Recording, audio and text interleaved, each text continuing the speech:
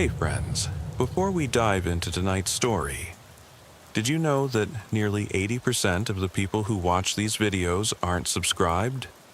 If you're enjoying this kind of content, consider hitting the subscribe button. It really helps a lot, and it keeps these long stories going. Also, I'd love to hear from you. What time is it right now where you are, and which city are you listening from tonight? And if these stories help you sleep, feel free to tap the thanks button to support the channel. It truly means a lot. All right, let's get into it. It's been years, but I can still feel the weight of that night settling in my chest. I remember the soft hum of the cruiser idling under the street lamp, the way the engine's vibration moved through the steering wheel into my palms. It was just past midnight when dispatch had patched a welfare check call through to me. An abandoned bungalow on the edge of town. Someone claiming to have seen a light flicker through a ground floor window. They said the property had been condemned for months, the banks long ago cutting power to the place. I parked a few houses down, radio clipped silent against my chest so I could listen to nothing but the insect chorus and the distant rumble of traffic on the bypass. I stepped out, careful not to scrape the side of the car in the dark, and my boots whispered against the pavement as I walked toward the low, sagging porch. The door stood ajar, a gap just wide enough to let a lone curl of yellow light slither out into the night. My breath caught. I'd responded to too many prank calls to take things at face value, but something in that thin beam felt wrong, as if it didn't belong. I reached for my flashlight and my service weapon in one smooth motion. Standard procedure, instinct. The beam floated across the rotting clapboard, illuminating boarding nails that had been torn free, splinters mingling with peeling paint. The air was thick, stale, like a room that hadn't been opened since before the house was condemned. And yet there it was, that glow coming from somewhere deep inside. I pushed in, stepping over the threshold with my weight shifting back on my heels. The smell hit me first. Damp wood, mildew, and something metallic underneath it all, like blood or rust, or something that had lain hidden too long. The beam swept slowly across the entryway.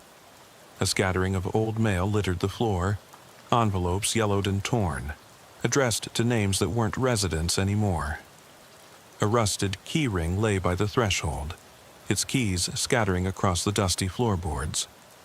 I picked one up by the ring and let it dangle so I could find weight in my hand, something to anchor me. The hallway stretched away in darkness, the beam catching the outline of a staircase that curled upward. I called into my radio, voice low. Unit 3 to dispatch. I'm inside. No sign of squatters yet. Investigating. There was no reply, but static. I moved forward, each step stirring motes of dust that danced in the beam.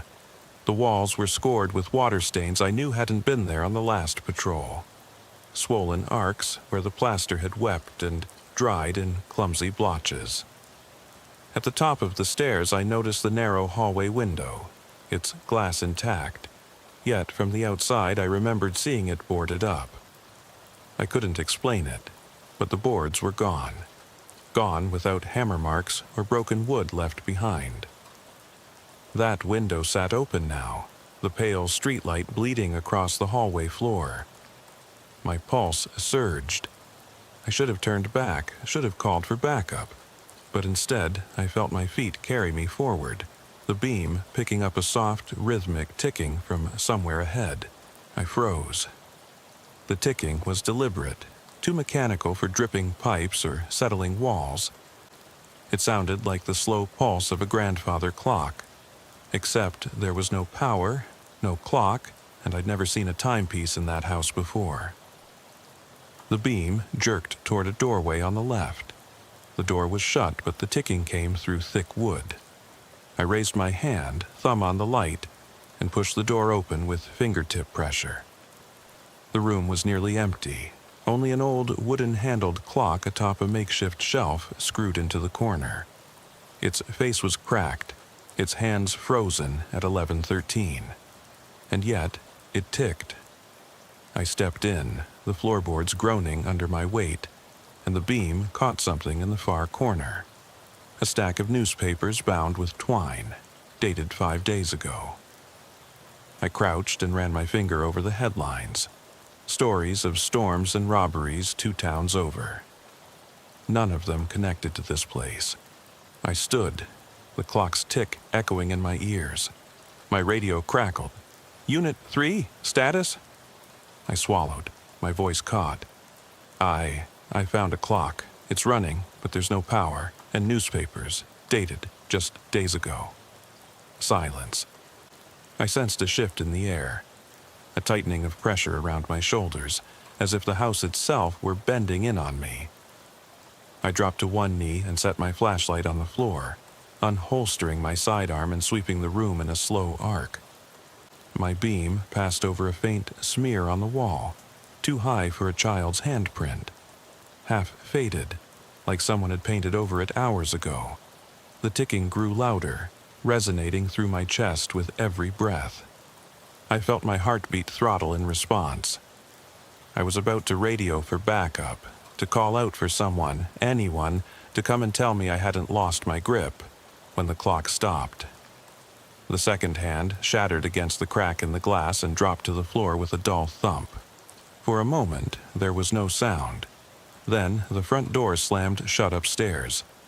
My flashlight beam jerked upward in time with a thud like a fist against wood. The hallway lay empty beyond the doorframe, but the porch light appeared at the far end of the corridor, sliding across the floor as if someone were walking back and forth just outside. My mouth went dry. I flicked the weapon's safety off and called again into the radio. "Dispatch, door just shut itself. I need backup at..." The porch light vanished. The only light came from the flashlight at my knee, its beam dancing like a heartbeat. I backed out of that room without taking my eyes off the ceiling crack where the door hangers sat. Once in the hallway, I ran, 2 steps, then a pause, then 2 more, down the stairs, my boots hammering each tread as though I were trying to break free. At the bottom, I skidded around a half wall and slammed into the front door, wrenching it open and stumbling out into the moist night air. The porch light buzzed overhead as I looked back at the doorway and half expected to see someone standing there. But it was empty. The wood panels lay cracked and splintered, the clock's ticking gone, the newspapers nowhere to be seen. I fumbled my radio with shaking fingers. "I'm out. I'm out. Send somebody." My voice was hoarse. I didn't wait for them. I jumped into the cruiser and peeled out, tires chirping against the pavement, heart pounding so loud it echoed in my ears. I drove away without looking back. Even now, on nights when the air goes still and my cruiser sits silent in the garage, I hear that ticking. I feel the scrape of newspaper edges beneath my palm. And every time I close my eyes, I see the broken clock face, hands frozen at 11:13, shining in the beam of my flashlight, reminding me that some doors should stay shut, even if you've been called to open them. It was shortly after midnight when the call came through, soft and hesitant on the scanner. Possible open door at 321 Maple Ridge. Property condemned since last fall. Neighbors report light. I'd been on the force for nearly 14 years then, and I'd learned that most welfare checks on abandoned homes ended with nothing more than a blown-out bulb or a raccoon nest. But something in that tone, nervous, almost apologetic, stuck with me. I punched in the address, tuned the cruiser's dome light to low, and slipped out into the warm, muggy air of late July. The street was nearly deserted. A few street lamps sputtered along cracked asphalt, and the occasional breeze rattled a shutter on an empty house across the road. I killed the cruiser's engine and listened for anything beyond my own heartbeat. It was so quiet I could hear distant cicadas, the hum of my own pulse in my ears. I stepped out in boots heavy with unused tread, holster snug against my hip, and went to the front yard of the condemned property. The grass was waist-high, tangled and dry, so tall it brushed against my uniform pant legs as I pushed through. I kept my hand on my flashlight, switching it on a hair too, soon an half-expected glare to blind me, only to find the beam cutting through thick midnight air, landing on a sagging front porch, and a door swung wide enough to reveal nothing but darkness. I called out softly, more to myself than anyone else. Maple Ridge, Unit 3. No answer but the static tick of the radio. I drew my weapon as standard precaution, just a Glock, but heavy in my hand, reminding me this was patrol, this was safety. I paused at the threshold and leaned in, breath catching on the edge of my teeth. The foyer lay in shadows, the walls gaunt from peeling paint and water stains that fanned out in unnatural arcs. The beam of my flashlight traced the frame of a fallen picture. No image inside, just empty glass. The houses on this block were shuttered years ago after a cluster of arson fires. Banks never bothered to repair them. Nobody should have been able to flip a switch inside. No wiring, no power. Yet a bare bulb dangled from the ceiling above the hallway, swinging ever so slightly, emitting a weak yellow glow. I frowned. I stepped forward, boots clacking over warped hardwood boards. My light found the switch next to the door. Scratched bare, turned to on, not off. I flicked the switch. The bulb winked out. Darkness swallowed me. The hum of the outside night receded. I stood still, senses flaring, hearing only the rush of my own blood and the scuff of distant wind in broken window panes. I flipped the switch back, nothing. Darkness so complete I could feel it pressing against my face. I stuck the flashlight back on and followed a trail of footprints in dusty powder. Shoe prints, size undetermined, leading from the foyer past the open doorway of what had once been the living room. I stepped so lightly I almost missed them. I trailed them into the next room, where the beam caught a low table, upturned, and a scattering of fresh newspaper clippings taped to the wall. Headlines about missing persons, dated less than a week before. I shot back, heart thudding. I always remembered that detail. Each headline about a disappearance within 50 miles. Children, then adults, one after another. The clippings were cut neatly, margins straight, pinned by thumbtacks that gleamed in the beam. Then I felt it. A draft drifting over my neck. A faint click of something shifting above. I turned to the hallway, where the staircase rose steeply into blackness. No sign of plywood or boards up there, no windows left unbroken. My gut tightened. I flicked the light of my radio on and spoke, voice low. Maple Ridge, dispatch, I'm at the front. Found evidence, someone's inside. Repeat, signs of recent activity. Silence. My own breath sounded loud in my ears. I clicked the radio off and approached the stairs, weapon still drawn. The beam trembled as I raised it, aiming at the first step. The wood was slick with a fine dust, yet in several places the planks gleamed with moisture, like someone had smoothed their hand along the surface within hours, maybe minutes. I moved up, each step deliberate, leaning on the banister that squealed under my weight. At the top, a narrow hallway opened onto 3 doors, all closed. The bulb in the ceiling was out.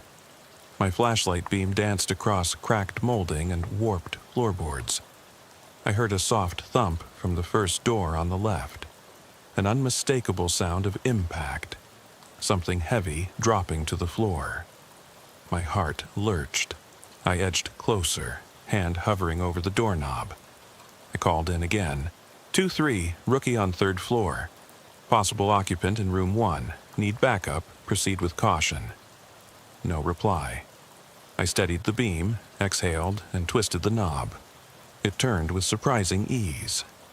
Inside, I discovered an empty room, bare save for a battered chest of drawers in the corner and a single chair faced to the wall. I swept my light across the dusty floor. No footprints, but the chair legs sat on a square of floorboards scoured clean, like it had been dragged into place. On the seat lay a faded photograph in color. 3 children standing in a suburban yard, all smiling, faces half erased by water damage. I picked it up, noticing the date scrawled on the back in thin, spidery script, July 13th, 1992. Exactly 30 years ago to the day. My pulse accelerated. The smell in the air shifted. Something sour, almost chemical. I set the photo aside gently and turned to leave, only to catch movement out of the corner of my eye. A shape flickered at the end of the hallway like a trick of light, and then gone. I spun, hardened my throat, scanning with the flashlight. Nothing, just walls, broken molding, the unopened doors. Then a soft whisper reached me, a voice so faint I could have missed it if I hadn't been listening for it. They never left. I froze. The words came from everywhere and nowhere. The radio buzzed to life. Dispatch, finally. Unit 3, what's your status? My grip tightened on the weapon. I swallowed. I found photo dated 30 years ago. Someone's inside, whispering. I need backup now. My voice trembled on the last word. I slammed the door shut, blinking at the beam of my flashlight as it washed across peeling wallpaper. The whisper came again, closer this time, breathy, fragile. Help us. I pivoted and sprinted down the stairs. 2 steps at a time, my boots thundering. At the bottom, I nearly tumbled over the handrail and leapt through the doorway, slamming it shut behind me. I didn't check the lock. I fumbled with my radio. I'm out. I'm out. Send every unit within 5 miles. The porch light above me flared, then died, leaving me in a halo of darkness punctuated by my own shallow breaths. The only sound was the slow creak of the front door, ever so slight, a whisper of hinges shifting as if someone were on the other side, turning the knob. I jumped back, weapon slung at the ready. My finger wasn't on the trigger, but it ached with tension. I wanted to shout, wanted to call for someone to open the door and break whatever spell held me to the spot. Instead, I stared at the door, willing it to stay closed. After what felt like an eternity, the creaking stopped. I didn't dare move. Finally, distant sirens cut through the night air. I holstered my gun, voice hollow. Units, I'm at the front. Doors closed, but there's someone inside. Keep your distance. I climbed back into the cruiser and locked the door, engine roaring. I backed out onto the street, watching as headlights skimmed across the porch of that house. I couldn't see the inside, never would, but I felt its presence like a weight in my stomach. To this day, I swear I heard faint laughter as I drove away, soft and tortured, carried on the wind. And I never went back, and I never will. I drove away with sirens fading behind me, but the image of that photograph, 3 smiling children, half erased by time, haunted me all the way back to the station. I slept fitfully, dreams full of peeling wallpaper and whispering halls. When the morning sun finally broke through my curtains, I convinced myself it was just stress, nothing more. By the time my shift rolled around again, I'd almost talked myself out of it, almost, but then the call came through. It was a routine report of lights flickering at another condemned property, this one on the outskirts of town where development had stalled, and houses sat half-finished for years. It wasn't far from Maple Ridge, but in a different subdivision. Boxes of concrete walls, half-hung doors, and roofs never fully shingled. The banks had cut power long ago. Everyone called it Ghost Oaks. I should have passed it off to the newer officers, but something in me needed to see it through. I left the radio on this time, tapping the mic button as I marked my arrival. Unit 3, on site at 14 Hollow Way. I'm going in. I parked under a flickering street lamp and stepped out, the beam of my flashlight barely cutting through the early dusk. The sky was a bruised purple, clouds hanging heavy. There was no wind, just the hum of distant traffic and the faint hum of a transformer somewhere down the line. I trudged across the gravel driveway. 2 houses over, a skeleton of a frame jutted toward the sky like a broken ribcage. But I kept heading for the bungalow at the end of the street. Chipped white paint, a single front window taped shut, the porch sagging under its own rot. The door was closed when I arrived, but unlocked. No padlock, nothing. I tried the knob twice before it turned with a dry creak. Inside, the flashlight revealed a room I'd been in dozens of times. The entry hall, the same water-stained walls, but here the stains looked fresh, soaked in and dripping down in weird tendrils that reminded me of veins. I shook off the thought and stepped in. The lingering smell of mold was stronger here, and I noticed patches of black fungus clinging to the baseboards. I shivered, whether from cold or dread, I couldn't tell. I swept the beam left and right. Empty coat rack, cracked tile floor, staircase curling into shadow. But there was something else. On the wall opposite the doorway, someone had scrawled letters in what looked like charcoal. Big, looping capitals that read, "I am here." The edges of each letter blurred, as if whoever wrote it had smeared their palm across the wall. My heart pounded. I radioed. "Dispatch, I've got graffiti inside, I am here. Looks recent." My words felt hollow, inadequate. Outside, I heard the distant bark of a dog, then nothing. I clicked off the mic and went up the stairs. The upstairs was worse than the first floor. Dust lay thick on every surface, yet in several spots the dust was disturbed, cleared in straight lines as if someone had walked through with intent. I followed the largest path to a second-floor landing where broken floorboards formed a gaping hole. Below, I could see the basement floor, lit only by the beam of my flashlight reflecting off glass shards scattered like stars. The railing alongside the hole was splintered, and I had to wrap my glove around it to steady myself. I looked down.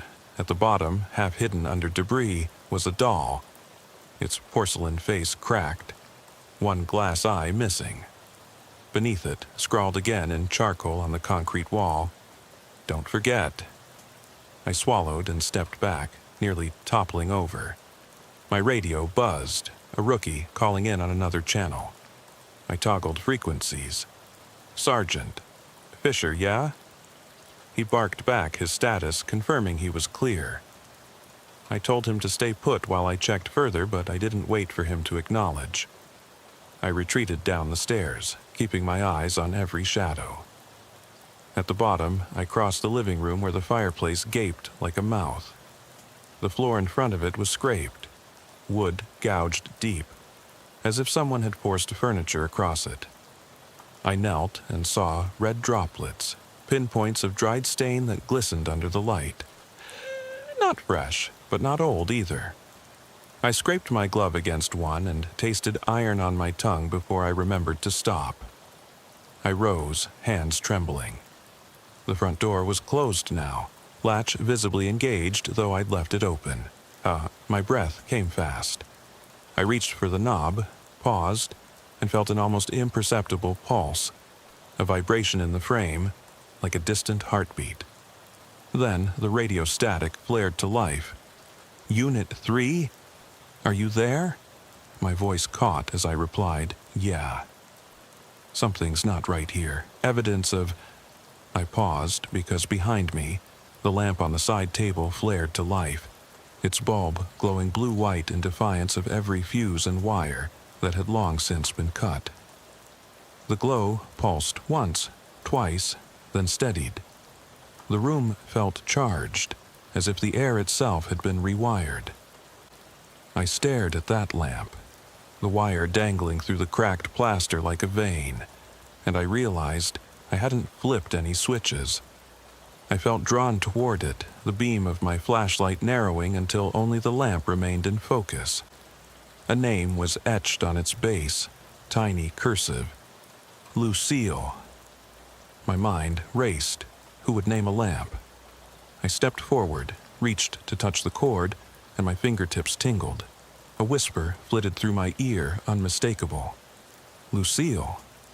I jerked back, heart slamming, but the lamp's glow dimmed and then extinguished, plunging me back into the stale gloom. I lunged for the radio. Dispatch, send me backup, code 3. I've got evidence of possible break-in, graffiti, physical signs, and some kind of anomaly. But there was no answer. I pressed the button again. Silence. I turned the radio's volume up, just static hiss. My palms were slick on the radio's casing. I slammed it down and grabbed my flashlight with both hands, sweeping the room in a frenzy. Every shadow quivered. The hallway beyond the living room stretched away, dark and empty. But at the far end, the door to the master bedroom stood half open, revealing nothing but blackness. I forced myself to approach. Each step felt like wading through tar. I passed the couch where the charcoal inscription, "I am here," reappeared on the wall behind it, as if following me. The master bedroom door creaked on its hinge as I neared, as though pushed by an invisible hand. I exhaled, steadied my grip, and nudged it with my shoulder. The room was empty, but in the center lay a suitcase.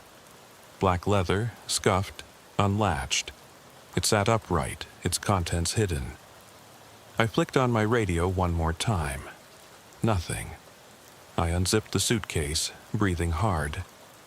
Inside, neatly stacked, were 7 photographs, each of a different condemned house around town, all boarded up, all in summer heat, all with lights in the windows when there shouldn't have been.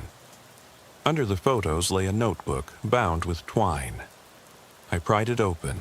The first page read in the same charcoal scrawl, "I watched, remember, don't forget me." A low rumble stole through the floorboards, like distant thunder. I looked up to the ceiling, expecting water to pour or plaster to drop, but there was only darkness. Then the front door slammed hard downstairs. The air grew dense, and the silence that followed felt like the entire world holding its breath. I backed out of the room without taking my eyes off the doorway, footsteps echoing in the hallway. At the stair landing, I hesitated.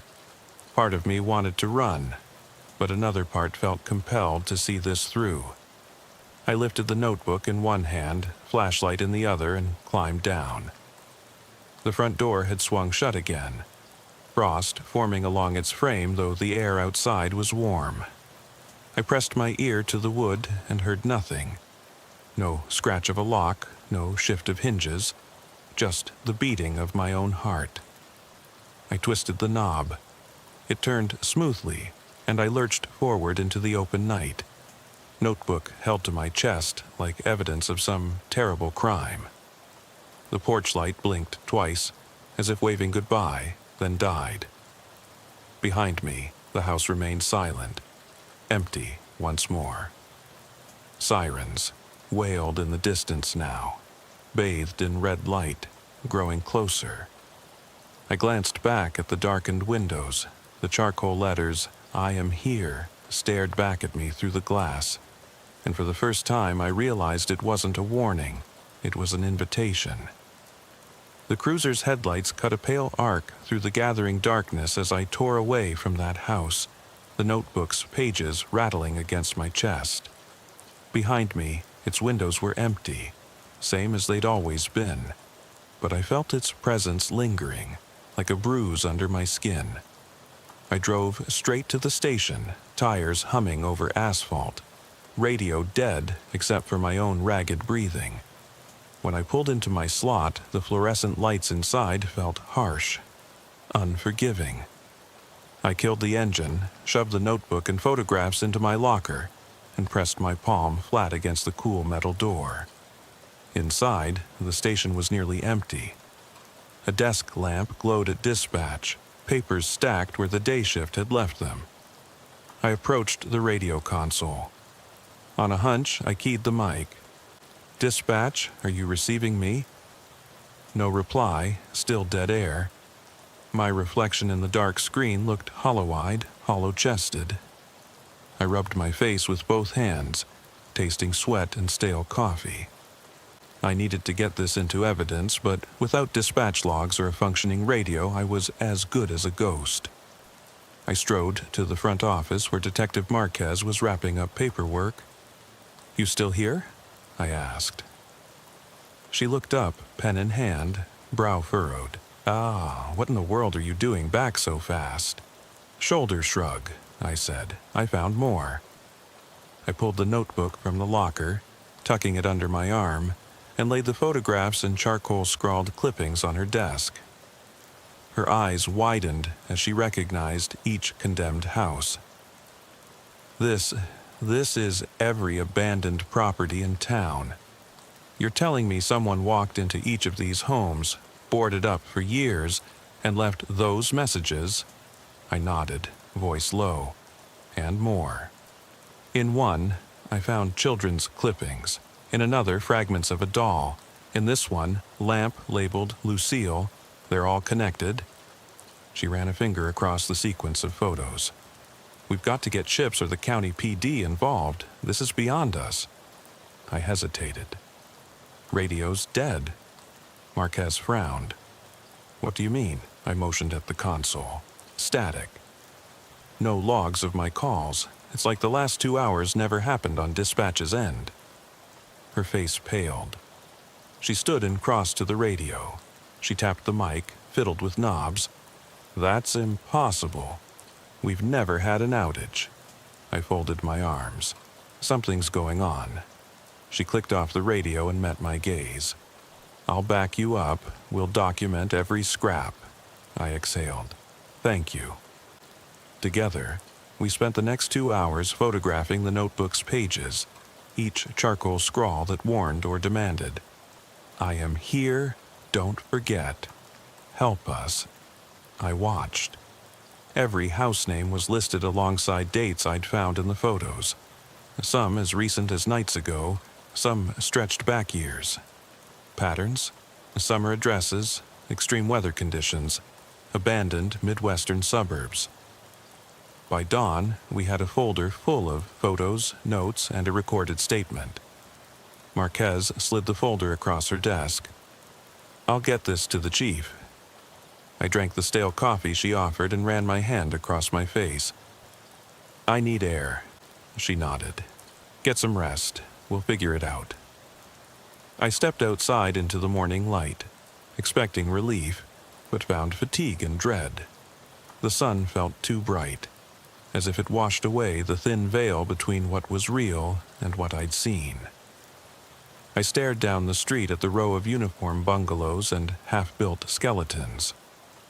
Somewhere among them, someone or something had orchestrated this grotesque treasure hunt. And I had taken the bait, one photo, one scribble at a time.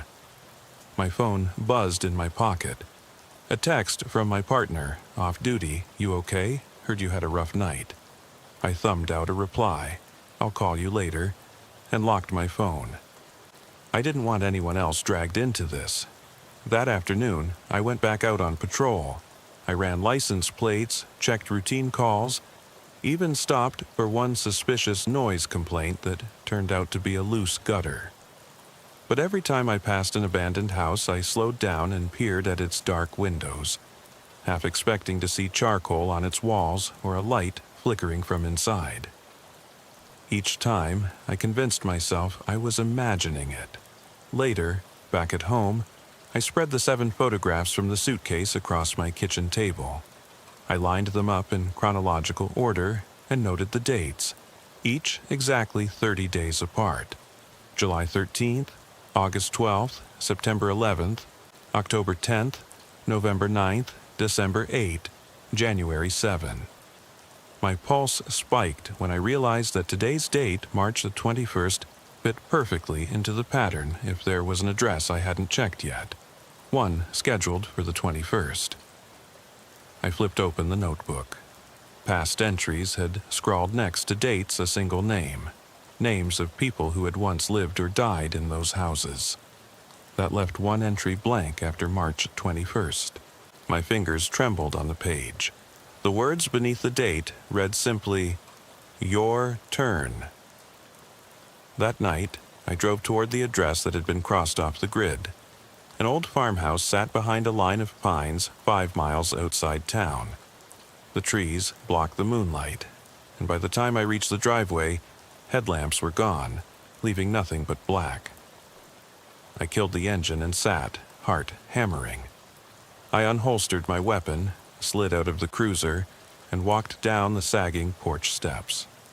Inside, the place was silent, too silent, and my flashlight beam revealed the same peeling walls, the same water stains, the same boarded-up window inexplicably open. The door slammed behind me, echoing like a shot. I froze, cold creeping up my spine. I spun, beam sweeping across the entry hall, no sign of anyone, but on the wall, written in sprawling letters, fresh charcoal scrawls, "I've been waiting." I shouldn't have stayed, I shouldn't have come, but I found myself advancing, notebook in hand, following footsteps in the dust. Each step a promise I might finally understand, or I might become the final entry in someone else's notebook. I pushed forward, toward the heart of the house, toward the unanswered question at its center. Did I open this door, or did it open for me? And as I stepped into the darkness, the walls themselves seemed to lean closer, whispering my name in a breath that wasn't entirely wind. I took a steadying breath and pressed deeper into the farmhouse's hushed darkness. The notebook's twin tatters of twine clutched tight in one hand, flashlight trembling in the other. The entry hall gave way to a narrow corridor lined with doors whose paint peeled like sunburnt skin. Each door stood shut, save for the one at the far end, which hung slightly ajar, just enough to let a shaft of dim moonlight slice across the warped floorboards. I edged toward it, every nerve alight, imagining the charcoal scrawl I might find, wondering if I'd ever find an end to this. My boots creaked as I passed the first door. The plaster beside its frame bulged inward, as though something inside leaned against it, listening. I hesitated, hand hovering over the knob, but moved on. The second door resisted, the knob slick with dust. I spun it and entered a small bedroom, still furnished with a single bed frame and mattress stripped bare of sheets. The beam of my flashlight glided across the room, revealing claw marks gouged half a foot into the footboard, gouges so fresh the splinters shone bright white. Beneath the bed lay footprints in the fine gray dust, size unknown, too many to count, tracking outward toward the next room. My heart pounded as I knelt to inspect them. Heel prints rimmed with charcoal smudge, as if someone had inked their soles to leave a message. I let my fingers trace their outline, feeling the grit of wood splinters beneath my glove. A whisper of movement behind me made me spin. Nothing but the empty frame and moonlit dust motes. I swallowed, rose, and stepped back into the corridor, following the footprints. They led me to the third door, wide enough that the beam showed the entire threshold, where more charcoal letters sprawled in jagged loops. "You chose me." The words ran in 2 lines across the jamb, charcoal smudged downward like tears. My breath caught. I snapped a photo with my phone, hating the fact that it glowed in the dark, but I needed the record. In that flash of light, I glimpsed something behind me. Movement at the corridor's far end. a black wedge of shadow where none should have been. My flashlight panned, catching at the edges of a silhouette that slipped around the corner. I called out, voice hoarse, "Show yourself!" My words echoed, swallowed by the silence. Only the notebook rattled in my jacket pocket. I continued, stepping over the threshold, into what looked like a nursery. The wallpaper, once pastel stripes, had warped into grotesque curves, bubbled with moisture. In the center of the floor sat a child's rocking horse, its paint chipped, mane worn smooth by invisible hands, and, perched atop it, a tattered doll, arms splayed wide, its head turned to face me with glassy eyes that had once lost their lenses. My stomach roiled. I shone the light across the walls. More charcoal scratches, deeper this time, etched into the plaster with frantic strokes. "You're next." The words unbalanced me.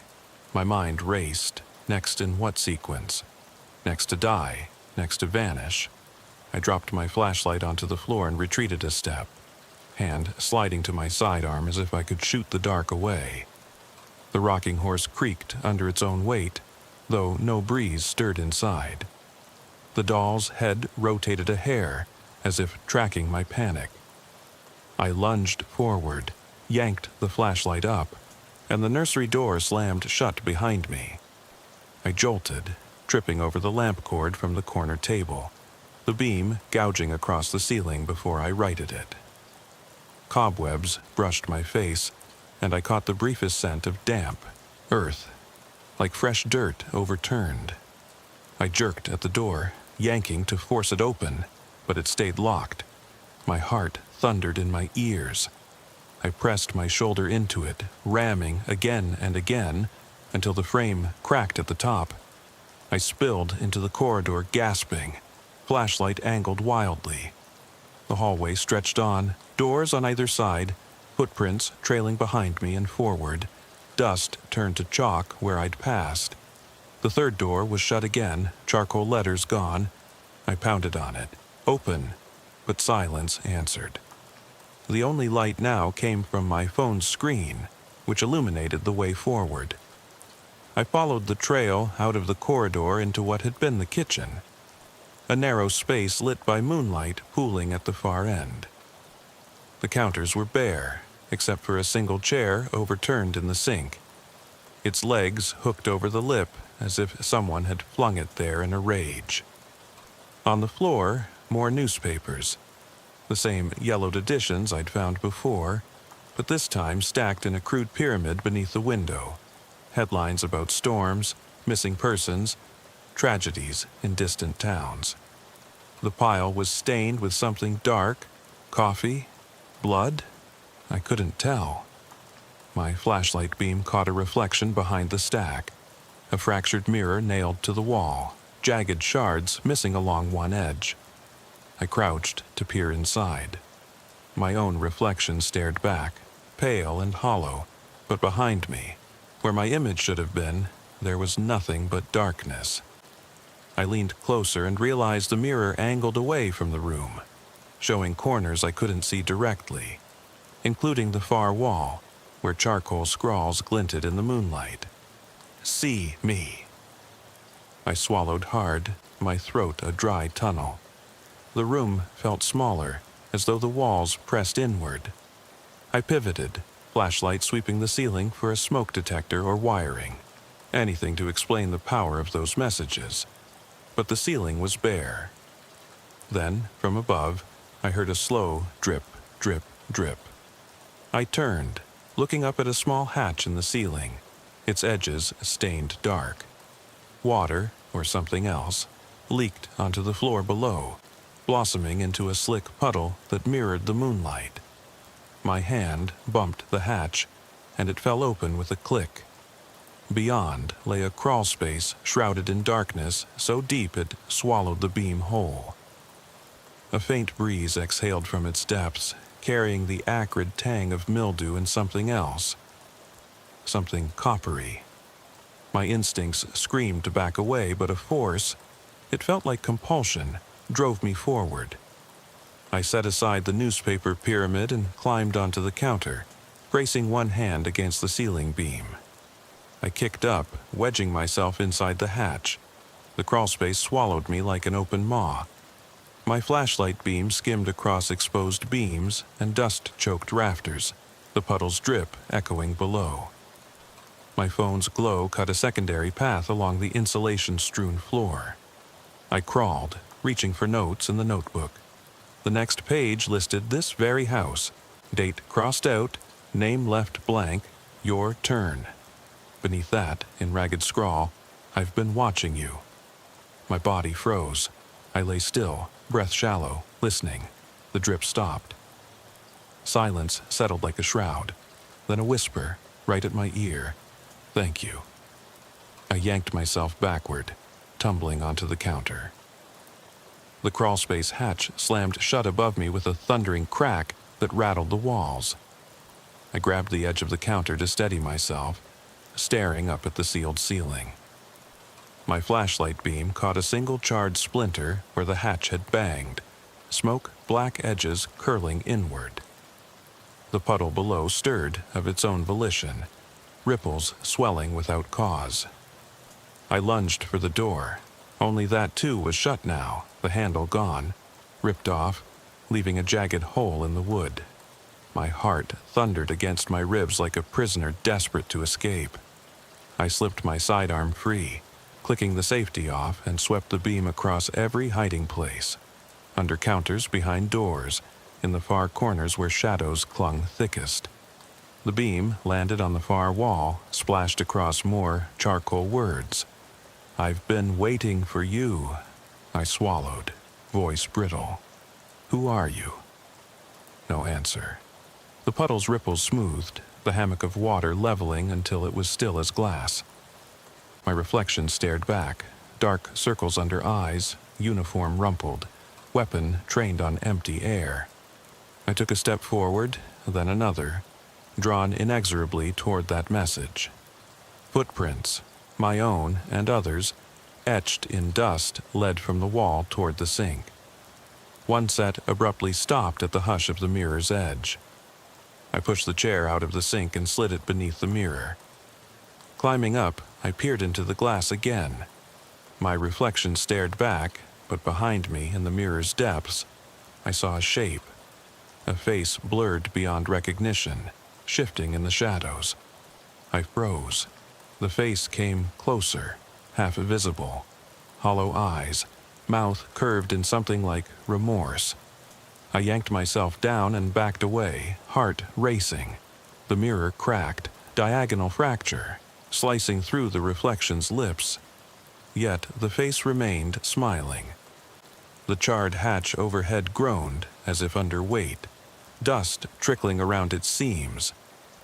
Then the chair slid out from under my feet, clattering onto the floor. I caught the notebook as I fell, pages fluttering. I scrambled upright, weapon at the ready, flashlight trembling as I shone it across the room. A silhouette dropped halfway through the open doorway, tall, gaunt, features hidden in darkness. I called out, voice wavering, "Come on out! I've got you now!" The silhouette lingered just beyond the beam's reach, unmoving. I advanced, fumbling with the radio's dead mic in one hand and the notebook in the other. The silhouette stepped forward, revealing a lean frame, cloaked in filthy overalls. No eyes glinted back, only hollow sockets that drank in the light. It raised one hand and pointed at me.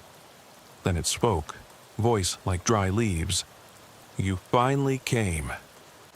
I opened my mouth to demand answers, to force it to speak of children or charcoal messages or why it had marked me for this night, but my words caught. The thing tilted its head, an unheard question in that motion. The air thickened, and I sensed pages turning in the notebook, though it rested pinned under my arm. I glanced down. One page, blank just moments ago, now held fresh scrawl in thick charcoal. End it. My chest tightened. The door behind me creaked. I spun, flashlight beam jerking toward the hallway. The door stood ajar again, inviting, beckoning. Behind it, pale moonlight pooled. The thing advanced a step, crooked fingers stretching forward. I backed away, leaving the notebook on the floor, turning toward the door that led out. But the hallway had changed. It sloped downward, each board split and warped, leading into blackness deeper than any shadow should be. I swallowed.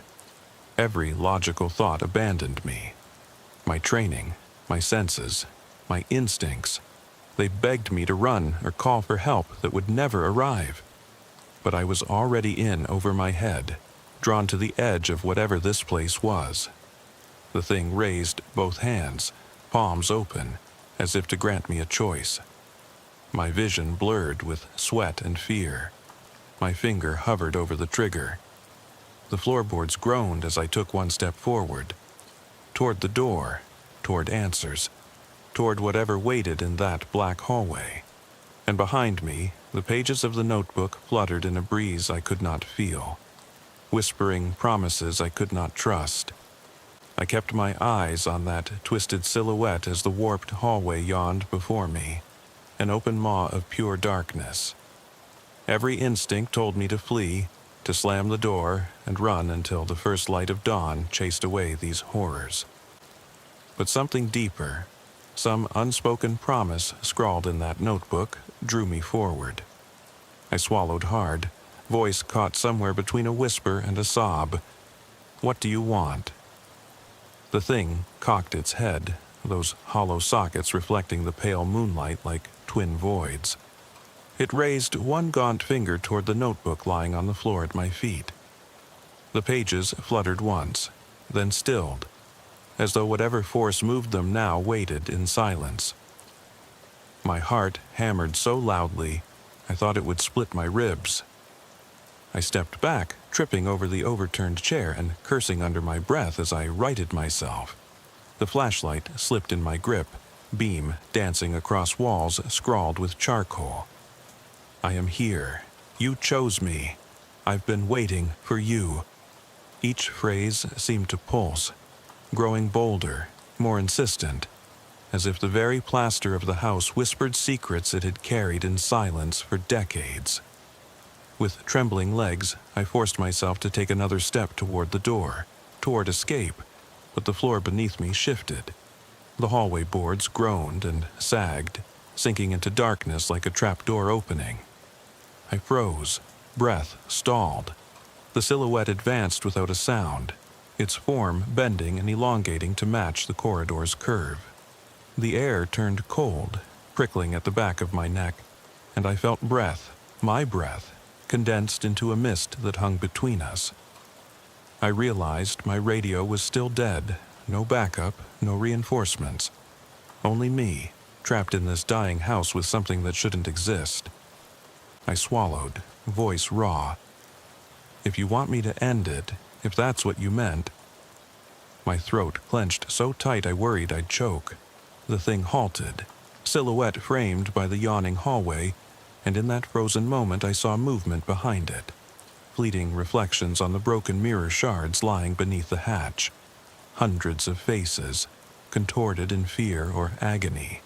Ghosts caught in fractured glass. Each face pressed its lips to the surface as though screaming for release. My stomach roiled, bile rose in my throat. I wobbled on my feet, hand lifting to cover my mouth. The thing's whisper came then, so soft I almost missed it. "Finish the story." 2 words that hit me harder than any blow. I understood at once. This was no mere haunting or prank. It was an unfinished narrative, a puzzle demanding conclusion, and I, the police officer whose job was to bring closure, had been drafted unwillingly into its pages. I realized the previous 6 houses had each hosted a chapter. Missing children, broken families, vanished tenants. The last entry, scheduled for this night, awaited my pen, my final act. My hand drifted to the notebook, pages splayed open to the blank lines beneath "Your turn." I knelt, fingers trembling as I brushed aside a photograph. The farmhouse itself, boarded windows, sagging porch. Next to it, the empty space, an invitation. I drew in a breath and pressed the tip of my flashlight against the page as if it were a pen. My vision blurred, footsteps echoed behind me, though the door remained closed. The silhouette loomed, ghostly arm outstretched, urging. I paused. Every part of me screamed not to write, not to give it life. But the thing's presence was magnetic. The notebook felt lighter than air, buoyed by expectation. I bit my lip, tasting copper, and exhaled. I steadied the flashlight against the page. My hand pressed down with deliberate slowness, carving a shape onto the blank line. The name of this house, the date, the truth I'd uncovered too late. But as I traced the final stroke, an unfinished promise hanging between letters, a thunderous crack ripped through the ceiling overhead. Plaster showered down around me, and the floor shuddered. I jolted upright, heart in my throat. The door behind me rattled violently, as though something pounded from the inside. The silhouette recoiled, warping into an impossible angle, then lunged with a speed that made my breath catch. I backed away, stumbling over the suitcase that once held those 7 photographs. The notebook slipped from my grasp and spun across the floor. The open page, now inscribed with my words, gleamed in the flashlight's halo. A verdict born from fear. The silhouette advanced, its mouth opening in a shape that might have been a grin or a scream. The wordless sound that emerged was neither one nor the other, but something wet and hungry. My skin crawled. I wanted to scream, to run, to tear the house down around me, but I was rooted in place, facing whatever I had unleashed. The pitted walls around us quivered. The floorboards beneath me rattled like bones in a coffin. My flashlight flickered once, twice, then died, plunging me into total blackness. My lungs burned when the world went black, but I didn't move.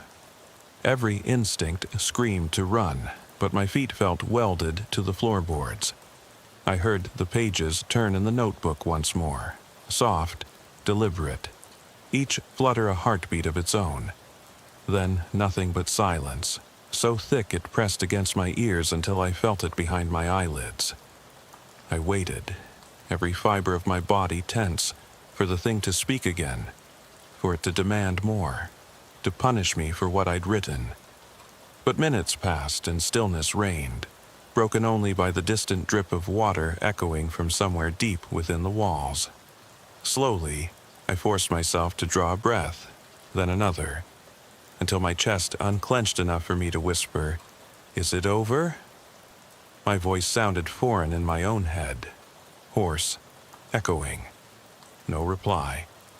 My fingers itched for the notebook that lay just beyond reach, its cover a promise of explanation I feared to read.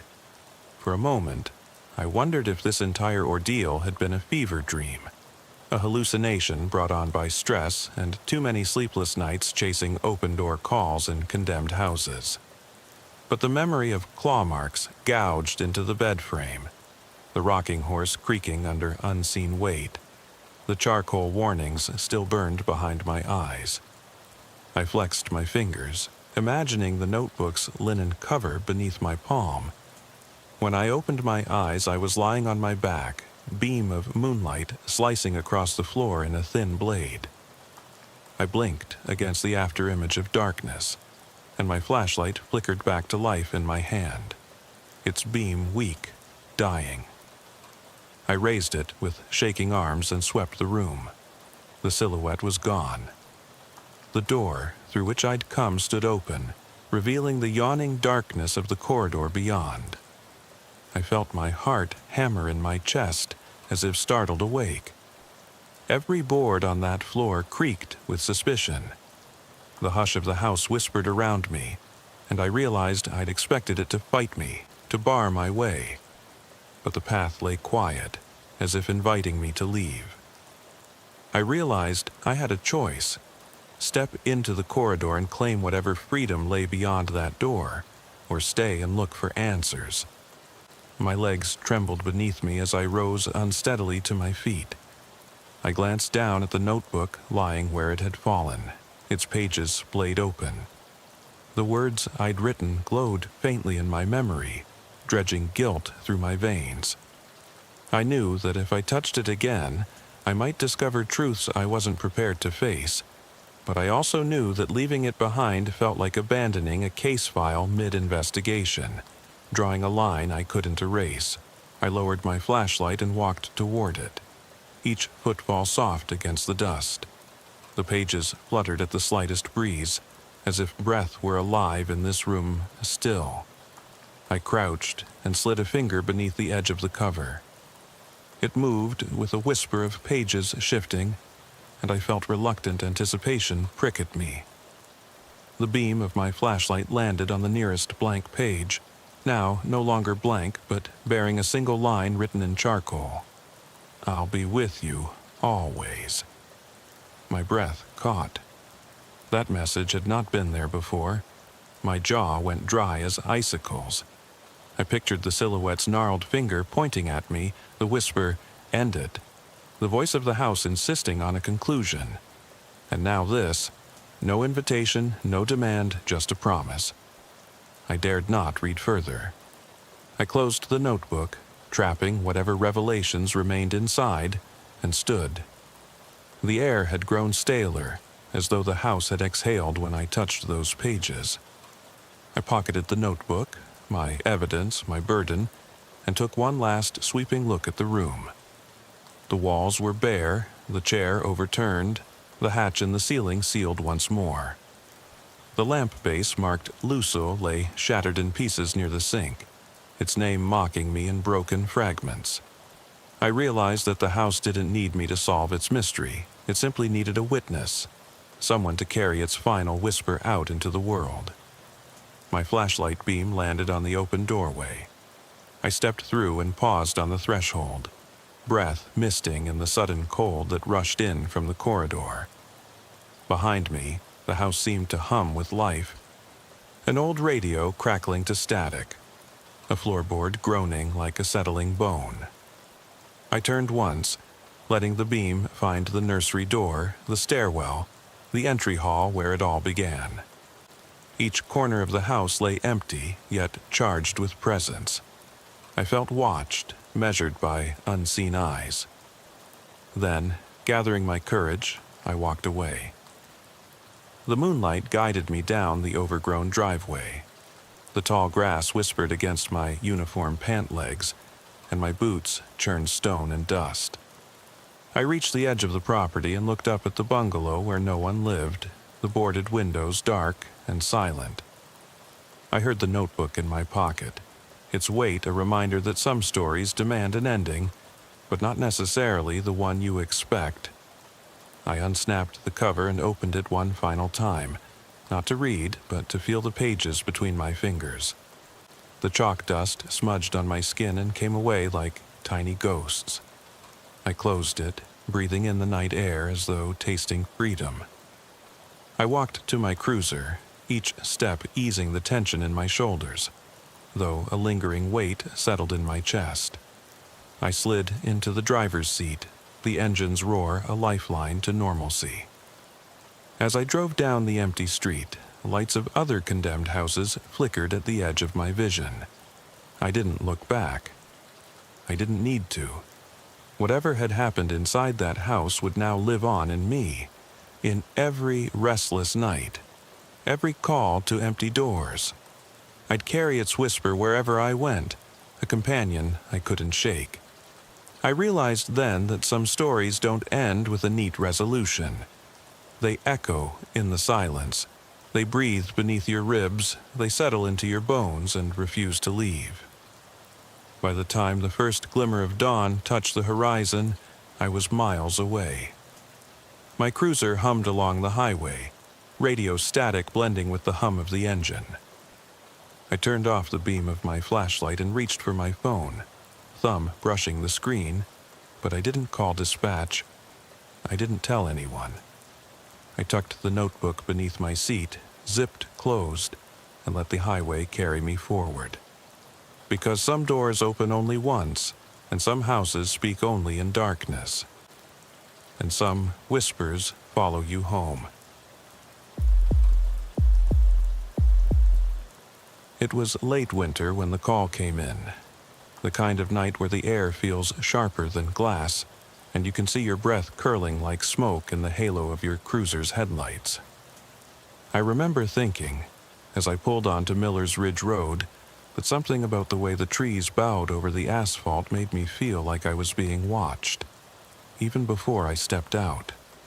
The house in question had been condemned for years, a 2-story farmhouse with shutters hanging off their hinges, and a no trespassing sign so weather-bleached it might as well not have been there. The tip was simple enough: welfare check. Local kid saw the upstairs light on. Caller was sober enough, but nobody should have been in a condemned house. I parked with my spotlight trained on the front porch and took a moment to collect myself. 13 years on patrol will teach you that hesitation is your best friend, that your gut is the one thing you can't train away. My department issued me a flashlight that weighs a little more than a brick. I switched it on and felt the familiar surge of reassurance in my hand. The door didn't budge, but there was a kick plate jammed into the lower panel, as if somebody had tried every trick to get in. I reached for my radio. Unit 27 to dispatch, I'm at the Ridge House. No signs of forced entry yet, but I'm making entry for a check. Inside, the air was stale and still, like the house had frozen itself in place the moment the power died. My beam swept across the foyer. Wallpaper peeled in long ribbons, a cracked tile floor, an old rug so filthy its original pattern was a distant memory. I couldn't find a stairlight switch, so I fumbled upward in the dark, each step groaning under my weight. At the top, a narrow hallway stretched out, and that's when I saw the light, soft and unsteady, come from the third door on the right. No electricity, no lamp. Nothing but the fractured glow of something left on. My heart hammered while I raised my flashlight. The bulb was half buried in a pile of debris on the floor, its cord trailing into the corner like a dead snake. I called out, "Crestwood PD, welfare check." My voice sounded wrong in that empty house. I stepped forward and saw, spread across the area rug, a collection of shoes, women's pumps, kids' sneakers, work boots, arranged in a circle around the lamp. Not thrown, but placed. I crouched, careful not to disturb anything, and ran my gloved fingers over faded scuff marks. Each shoe looked recent. The scent of wet leather and sweat rose up, mixed with the house stench. Something in me clicked. I radioed again. I'd seen enough. "Unit 27, I've got activity. I'm clearing the shoes as evidence. Please send backup." My knuckles ached from gripping the flashlight so hard. I stood and backed toward the door. That's when I felt the draft, cold as a slab of ice on the back of my neck, pushing me forward. The hallway behind me seemed darker, deeper, as though the walls themselves had swallowed the light.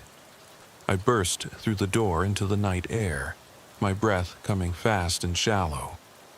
I didn't wait for backup.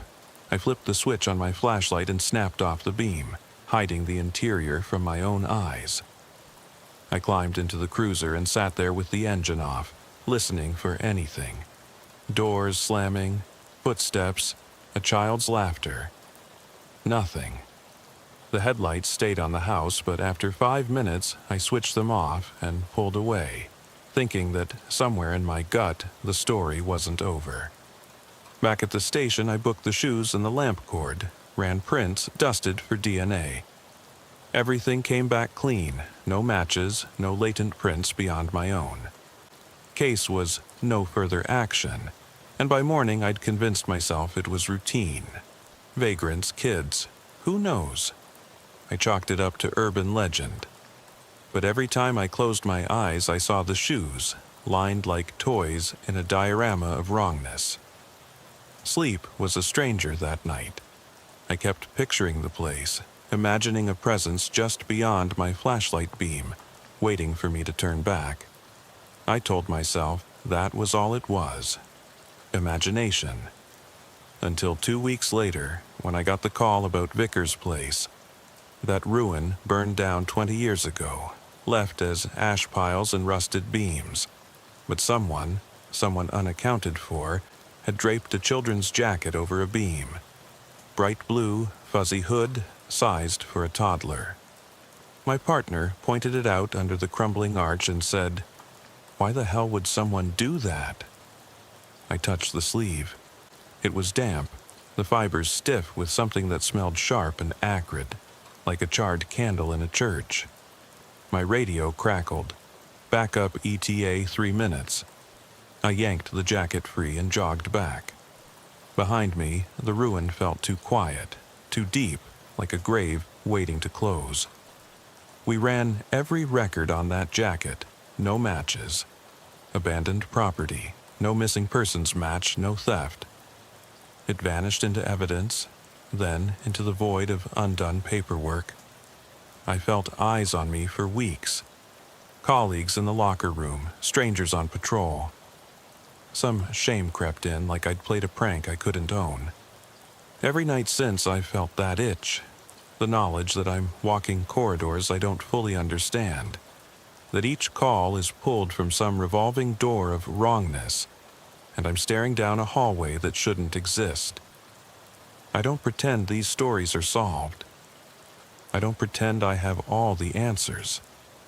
But I know one thing. Those houses weren't empty, and nobody believes me. Because if you admit a place can hold on to people long after they leave, then maybe you have to admit that you carry them home with you. And that's why I keep driving. Keep calling it routine. Keep telling myself I'll outrun the footprints in the dust. But every once in a while, just before I fall asleep, I smell vanilla or mildew or burnt timber, and I know they're still here, watching. And I wonder whether I'll ever be able to leave them behind. I eased out of my cruiser, the snow crunching under my boots so loud it felt like the whole ridge was listening. My breath hung in the air in thick white plumes, and I caught sight of my own reflection in the passenger window. Dark eyes under a creased forehead, flashlight in hand, shoulders hunched against the wind. There was no mistaking the chill that cut through the layers of my jacket, the same chill that seemed to seep through the walls of every abandoned home I'd ever stepped into. I locked the door, double-checked my belt, radio, handcuffs, a spare magazine, and stood for a moment gathering myself. The house was 2 stories of decay. Where once white siding had been, boards sagged and splintered. Where shutters should have hung, nothing remained but crooked hinges. The condemned notice was nailed to the door jamb, but the staple had rusted away until only a smear of red paint said it was official. I shined my light at the paper and squinted. Couldn't make out the date it was posted. Probably before I was born. Probably meant to keep everyone out. Instead, years of trespassers must have scuffed the threshold until the lock no longer worked. I tested it with a kick. Metal groaned, wood cracked, and the door swung inward with a reluctant whisper. I stepped inside. The air hit me like a fist to the gut. Stale, damp, and faintly sweet, like sugar left to rot. I flicked my light upward. The ceiling sagged under water stains, and a single bulb hung from a frayed wire, its glass clouded with age. I spoke into the silence, voice muted by the emptiness. Crestwood, PD. Welfare check. Anyone here come forward. My words echoed, stretched thin between the walls, and then disappeared. My flashlight cut through the gloom. An entry hall with peeling wallpaper, once pale blue, but now streaked with brown and black. A staircase veered off to the left, its carpet threadbare. To the right, a boarded-up archway led into what must have been the parlor. I shone my light through the slats. Mold had braided itself around the mantel, and a piano lay on its side, Keys missing, lid splintered like a broken promise. I moved slowly, each step deliberate. No neighbor complaints came through on my scanner. No dogs barking. I wished I'd called for backup, but something in that quiet told me there was no time for second thoughts. I climbed the stairs, my fingers brushing the railing. It felt sticky. Someone had smeared something there. Old blood? Ketchup? Hard to tell. Everything in here was old, but not all of it was forgotten. At the top, the hallway stretched away like the barrel of a gun. I could just make out 2 doors on either side, then another at the end. The floor creaked under one footfall, then another, and I caught myself holding my breath as if the house might drown me out entirely. This was where the caller said they saw light in the window, and sure enough, there it was, a faint yellow glow seeping through a crack at the bottom of the 3rd door. I raised my flashlight. The door stood closed, and the glow pulsed like a heartbeat. No handle, no knob, just an inset panel where someone had likely ripped out the hardware years ago. I slipped my gloved hand beneath the panel and wiggled. It sprang open, and I pushed, expecting dust to choke me, expecting darkness. Instead, light flooded the hallway, harsh and humming. I stumbled back. The light came from a shop lamp, the kind you clamp to a workbench.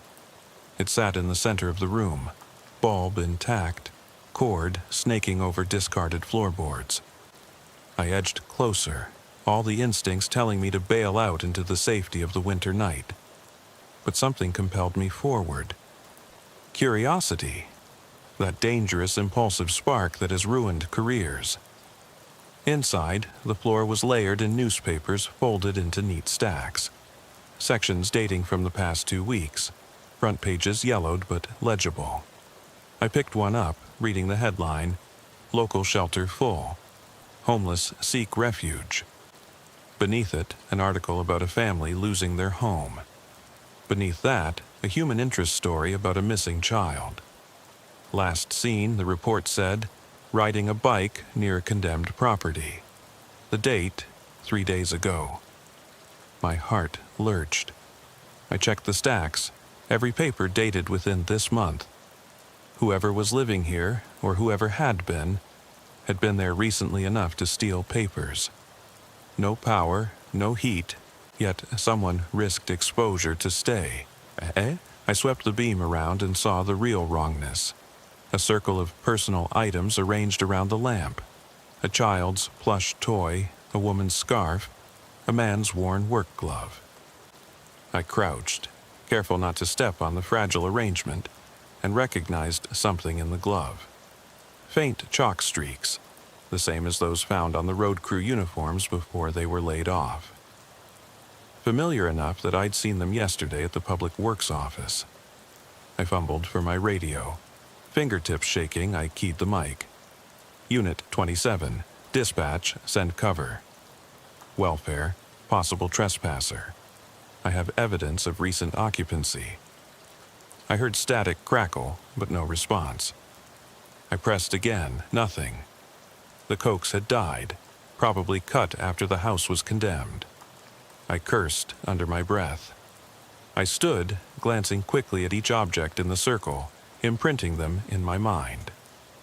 The toy had been ripped at the seam, white stuffing peeking out, yet somehow cleaned of any dirt. The scarf was looped twice, as if knotted but not tied.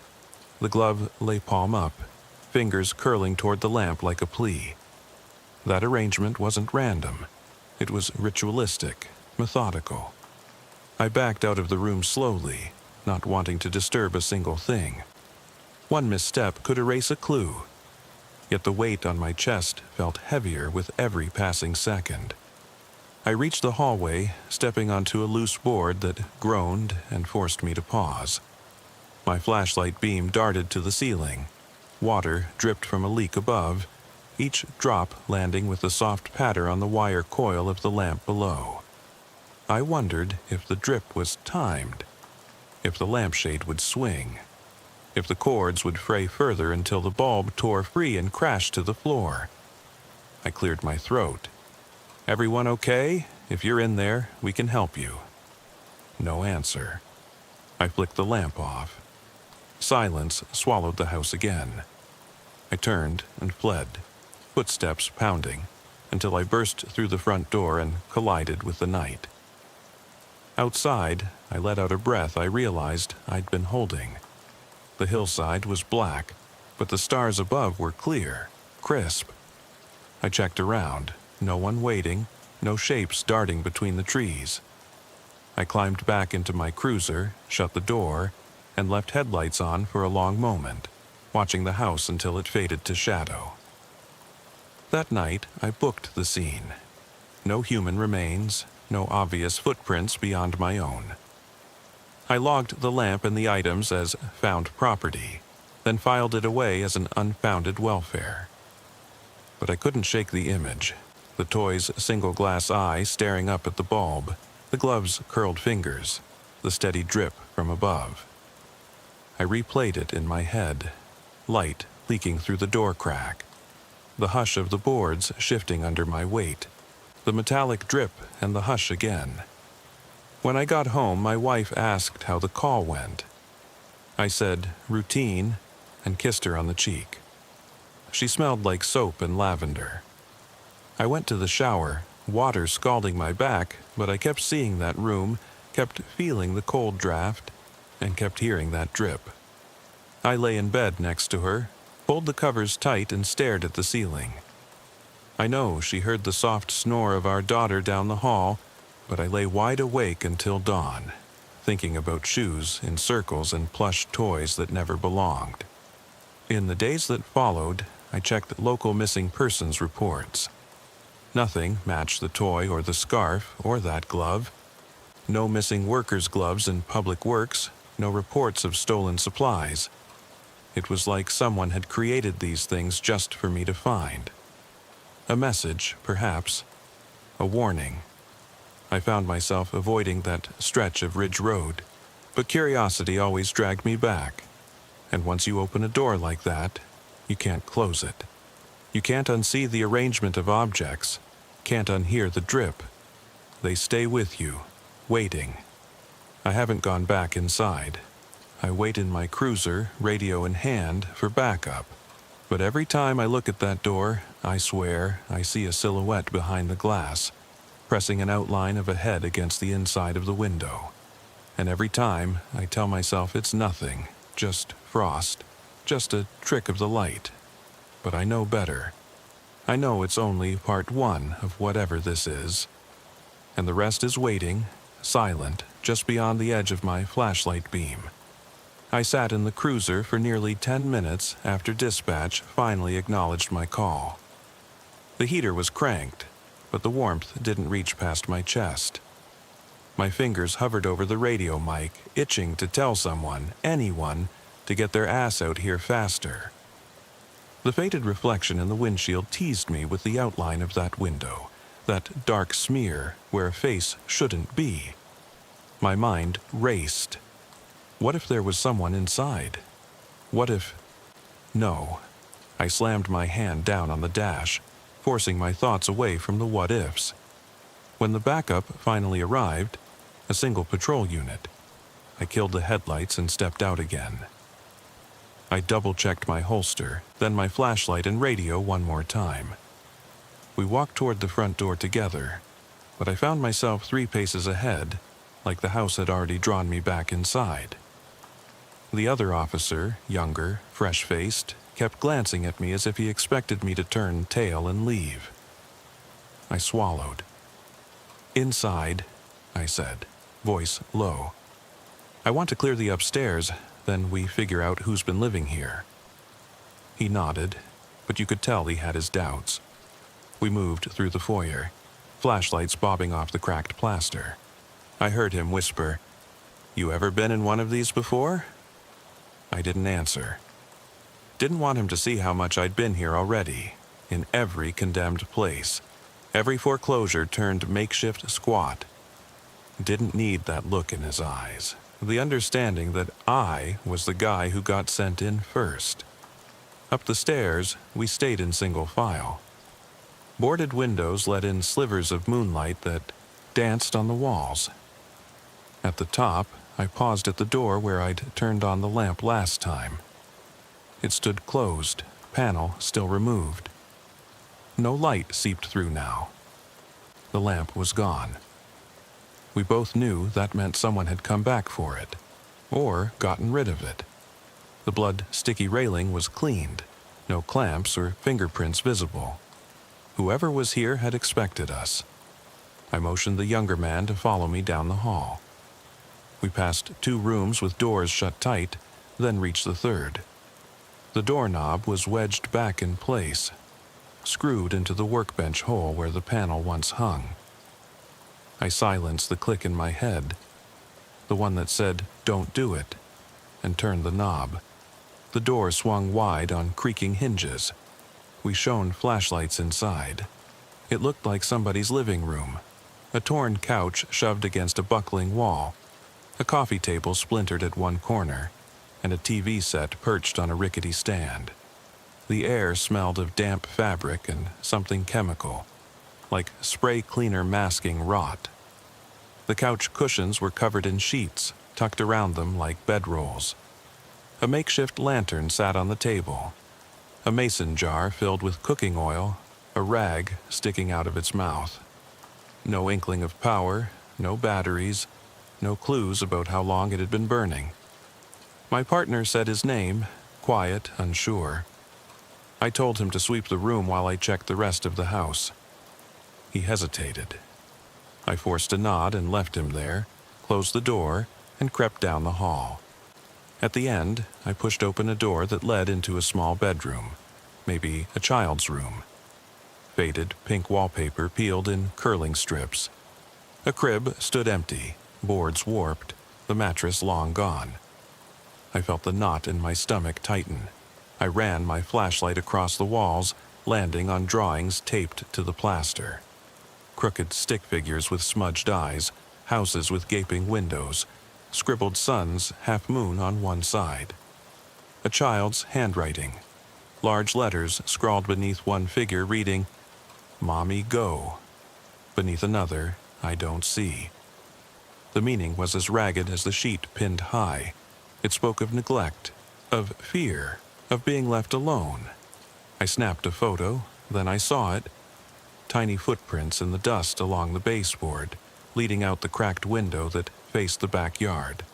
Bare feet scorched through the wooden sill. I followed them, hunching to see where they went. Nothing but downward into the dark. Downstairs, voices drifted up from the living room. My partner was talking to someone, or something. I slipped into the doorway and saw him standing before a figure hunched on the couch, head bowed, shoulders wrapped in the thin blanket. At first, I thought it was a kid, but the frame was too slight, the hair too dark, too long, hanging like a curtain. The street lamp through the front window gilded the edges of that mess of hair and blanket. The person didn't move. Their head stayed down. My partner called out, "Sir, can you stand up for me?" His voice cracked. The figure didn't respond. He spoke again, louder, and I saw the head lift slowly. Pale skin gleamed in the flashlight glare.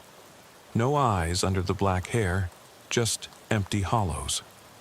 My partner stumbled backward, eyes wide, hand fumbling for his weapon. I drew mine, but I didn't want to shoot. Not like this.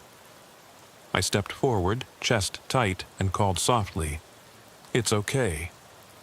We're here to help." The figure tilted its head, as if listening, then reached into the blanket and pulled out something small and round, a teddy bear's head, with the fabric worn to threads. I recognized it from the parlor, the same bear missing its body. It looked at me, or I thought it did, and then the head, nothing but a toy, felt impossibly heavy in those hands. The black hair fell back, revealing a face I couldn't forget. The hollow sockets, the gray skin tense over cheekbones that shouldn't have been so sharp. I said, "Hold on," and lunged, grabbing the bare head. The figure whispered something, a rasp like wind through crackling paper. I couldn't catch the words. My partner shouted and tried to help, but the thing, whatever it was, slipped off the couch, vanished into the shadows between tables and chairs.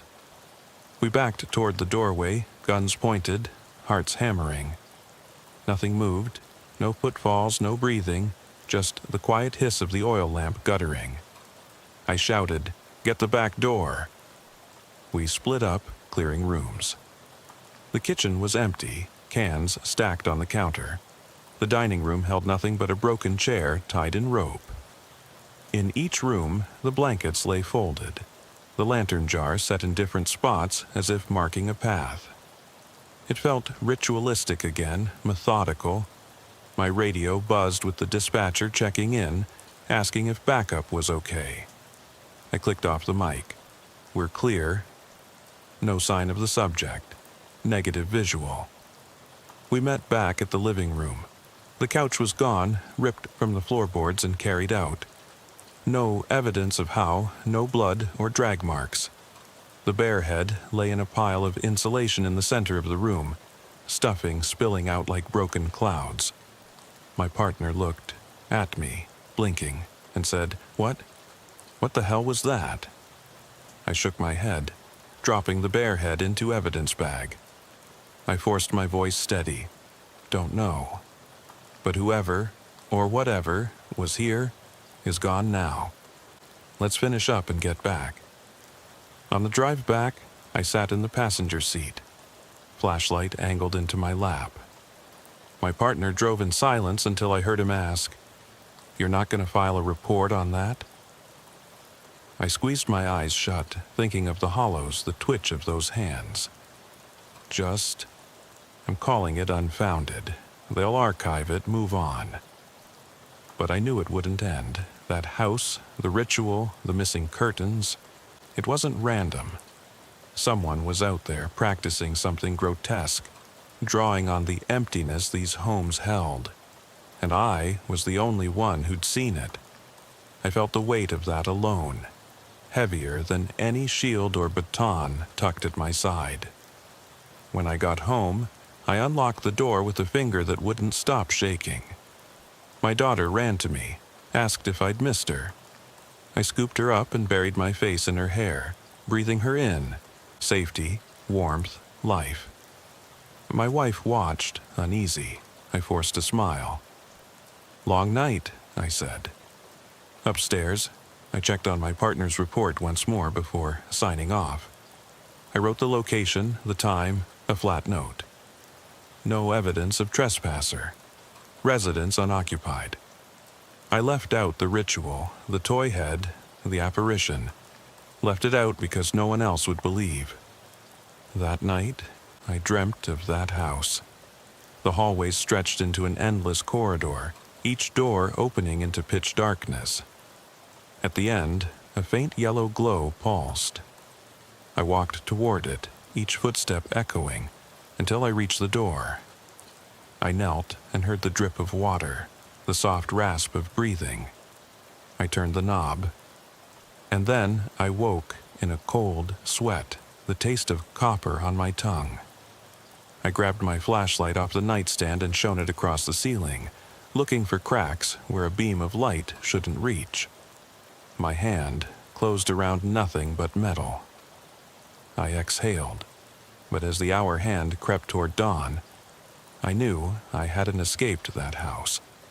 I carried it with me.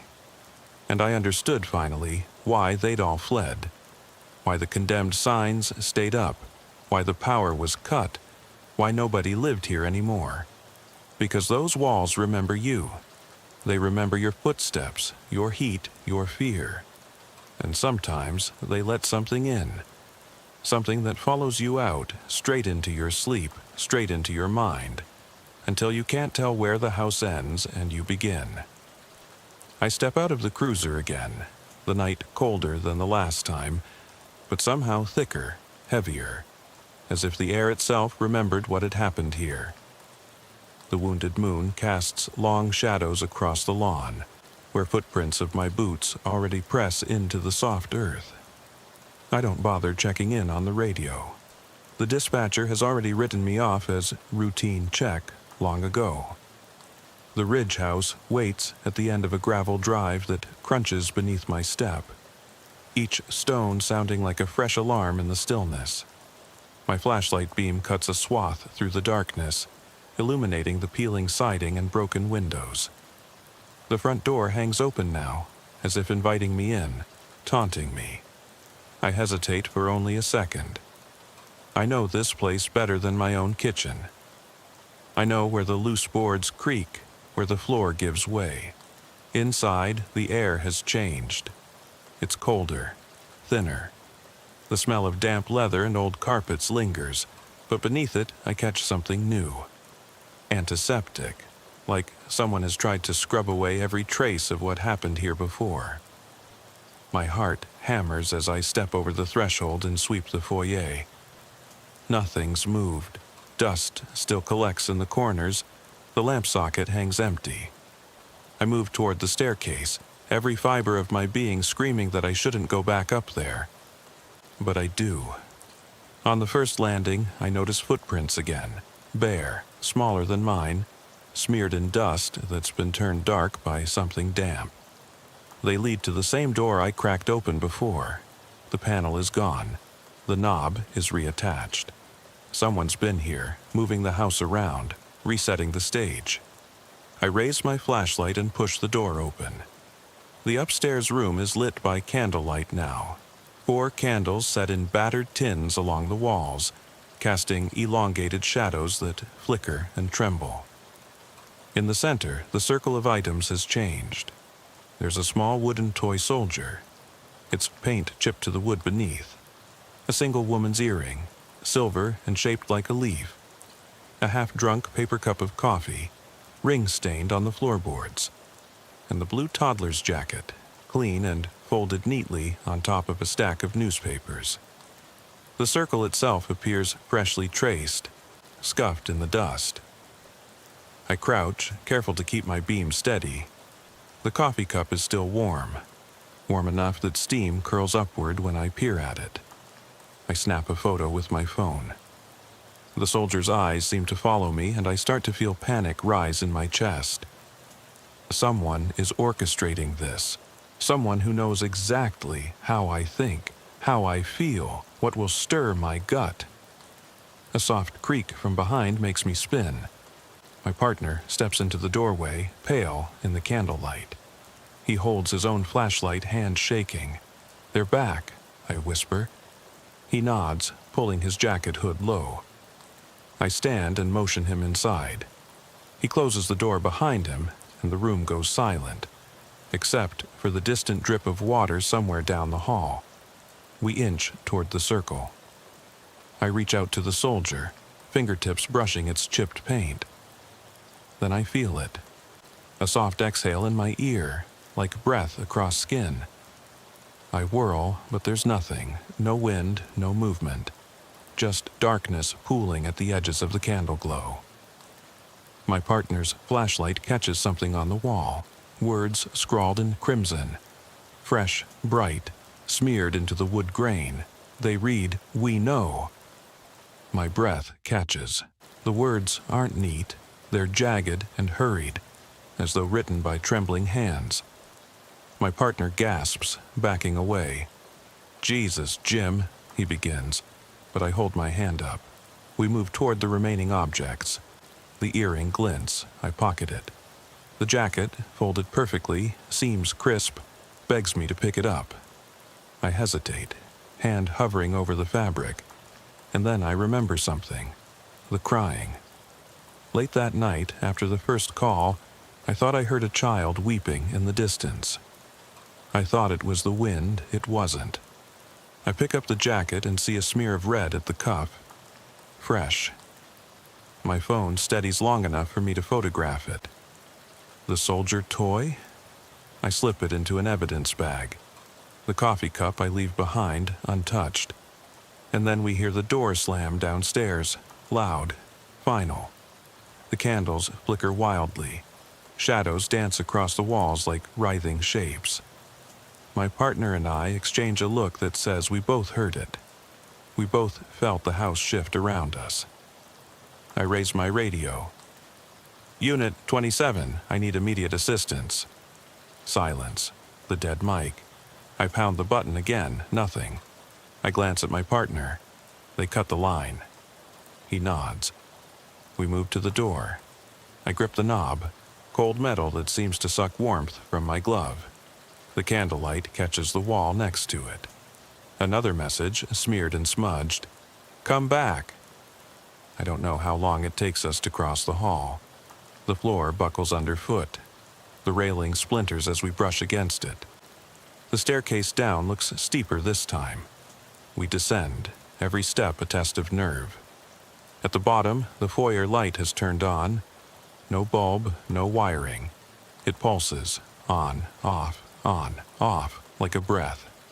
The echo of the slam still vibrates through the house. My partner shoulders me aside and tackles the door itself. It swings open into a wall of darkness. Outside, I hear sirens in the distance. Backup finally coming, or maybe just another call. I sprint into the night with my partner close behind, leaving the Ridge house to its own devices. I don't look back until I'm inside the cruiser, slamming the door shut. The front seat light comes on, illuminating sweat on my brow. The house stands in the rear view, its windows black hollows. For a moment, the upper story flickers with candlelight, and then it's gone. The siding seems to shift, like exhaling, then sighing back into stillness. I pull the cruiser into drive and speed away, heart racing, radio silent. In the passenger seat, the jacket and toy soldier rest in separate evidence bags, incongruous tokens of a nightmare. My partner breaks the silence. What the hell are we dealing with? I think of the words scrawled on the wall, the staging of objects, the cold breath. I think of every abandoned house I've entered, every wrong detail I've found.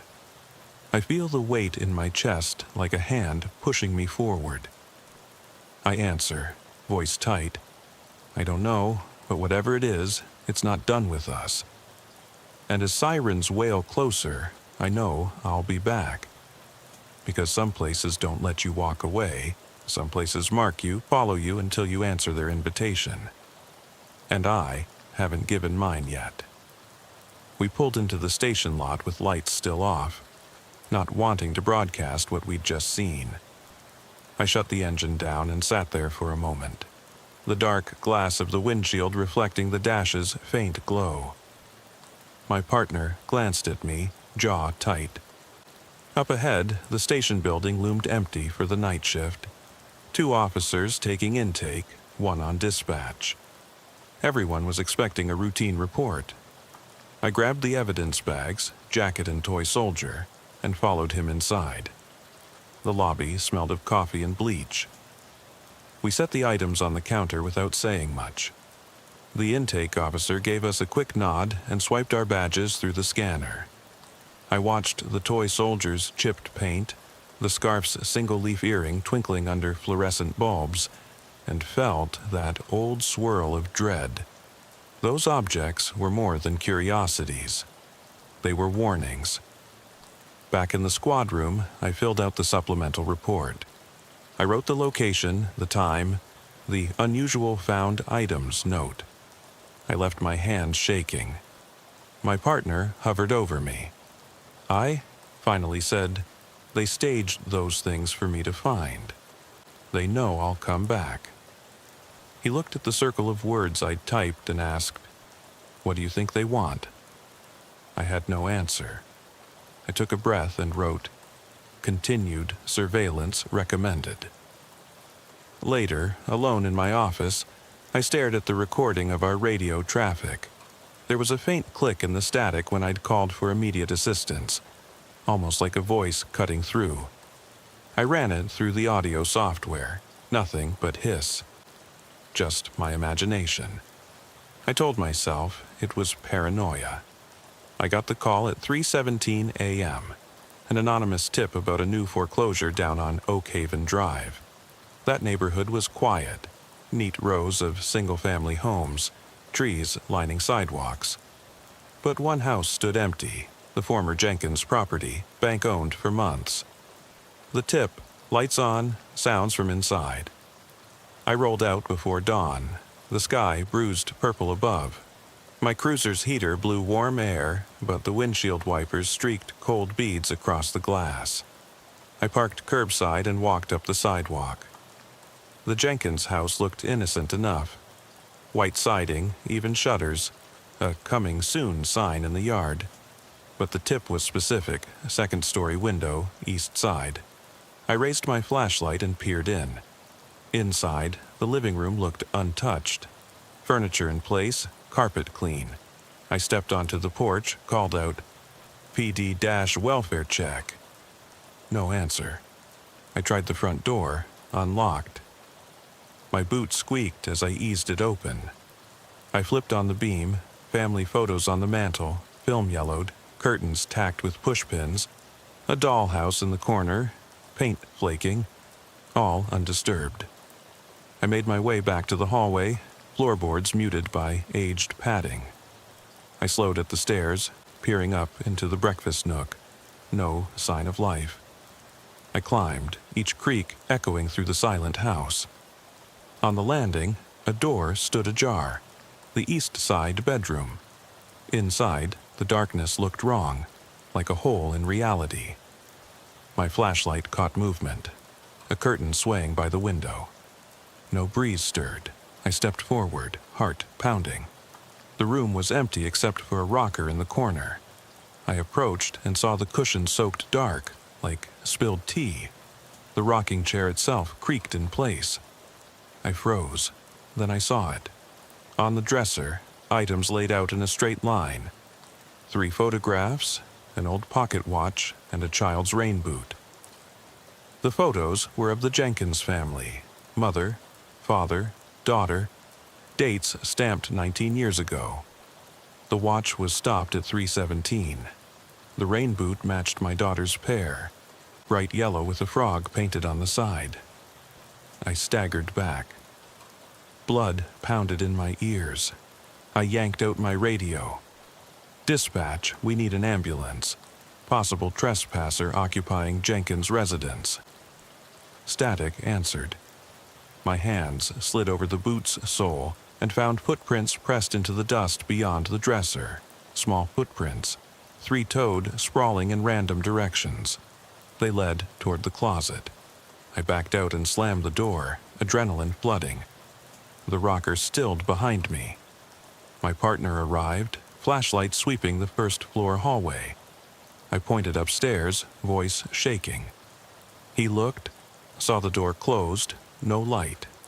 He opened it. I heard the latch click, but when he pushed, nothing was inside.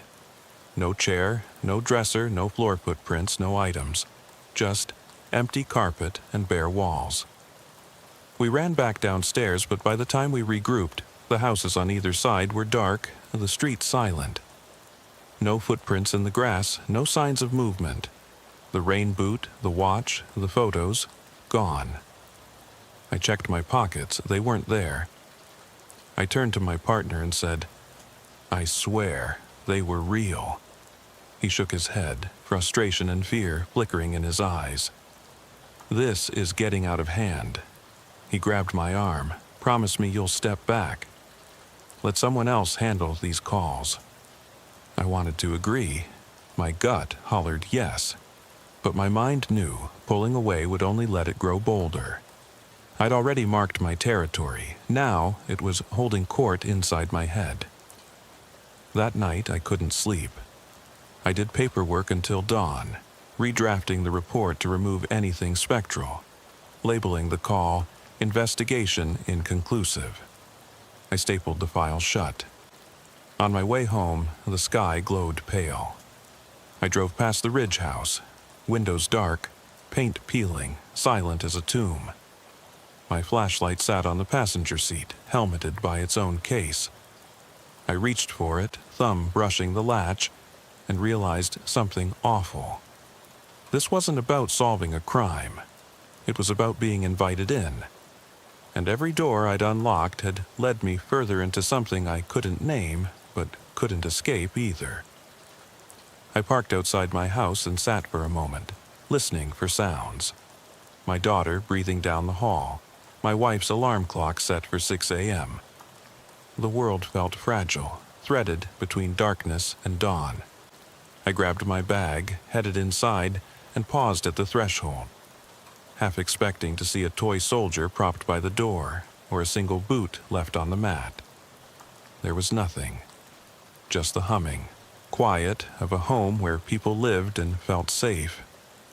I exhaled and walked in, but as I crossed the living room, my socked foot struck something hard.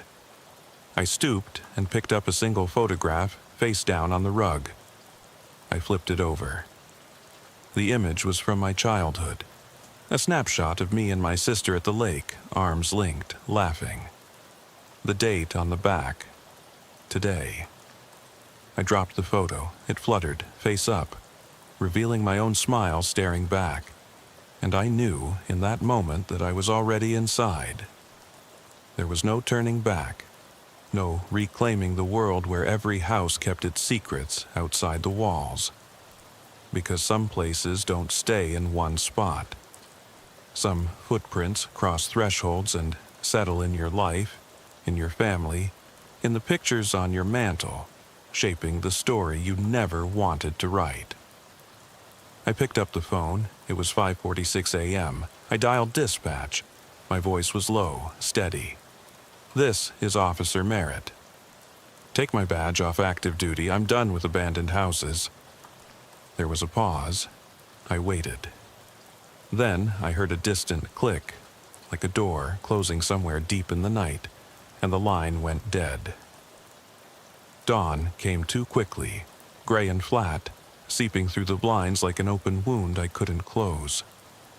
I lay in bed with the photograph in my hand, the one I'd found face up on the living room floor, and the edges curled in my palm as if it were still breathing. My heart pounded so loud I was sure my wife would wake, but she didn't move. My daughter lay next to her, small chest rising and falling in sleep. I placed the photo on the nightstand and closed my eyes, trying to will the world back into normal, but the weight of it settled in my skull like concrete. I got up without making a sound, changed into my uniform, and left the house before anyone stirred.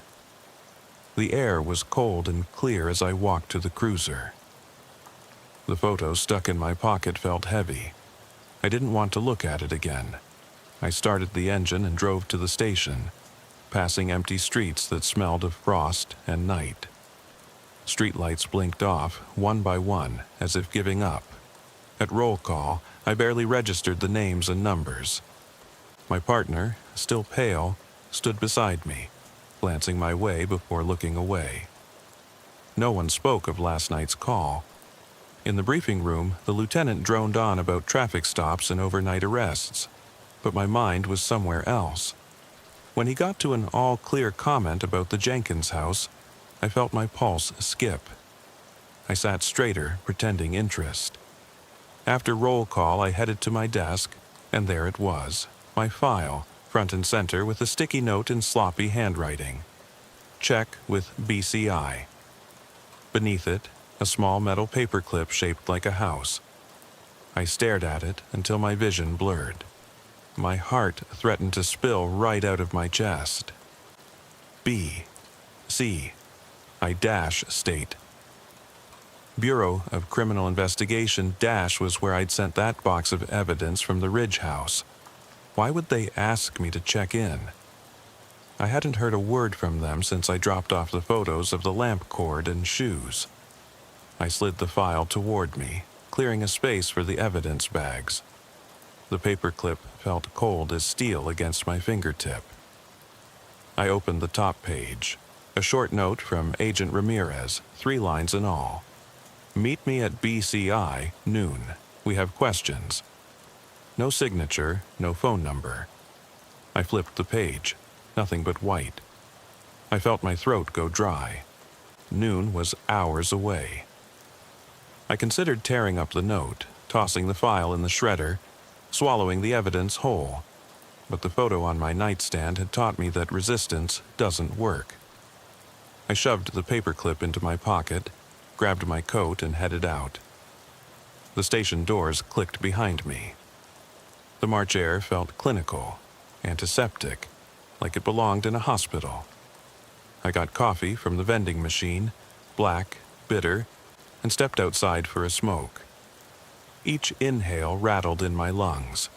I looked at the steam drift off my breath and half expected to see footprints pressing into the lot behind me. At noon, I drove to the BCI office in Valley County, a squat brick building with tinted windows. No decals, no sign except a small placard by the door. Bureau of Criminal Investigation. I pulled into the visitor lot and checked my rearview mirror. No cars behind me. I grabbed the file and the photo tucked inside my jacket pocket and went in. Inside, a long hallway led past closed doors. I followed the numbers until room 214. I knocked once and entered. Agent Ramirez sat behind a metal desk, arms folded, gaze hard. His office was spare. No personal effects, no photos, just files stacked in neat piles. He motioned me to a chair. "Officer Merritt," he said, "thanks for coming." He steepled his fingers. "I've reviewed your report on the Ridge House and the subsequent note about the Jenkins property. You found several items of interest." He tapped a file. "But then you closed those calls as unfounded. Care to explain?" My heart thudded. Everything was normal by the time we left. I forced conviction. "No. Suspects? No sign of occupancy." I slid the report across the desk. Ramirez didn't pick it up. He pulled out a small evidence bag. It held the toddler's jacket from Vickers' place. "You submitted this as found property." He flipped it so I could see inside. The hem was smudged with mud and something dark that looked like blood.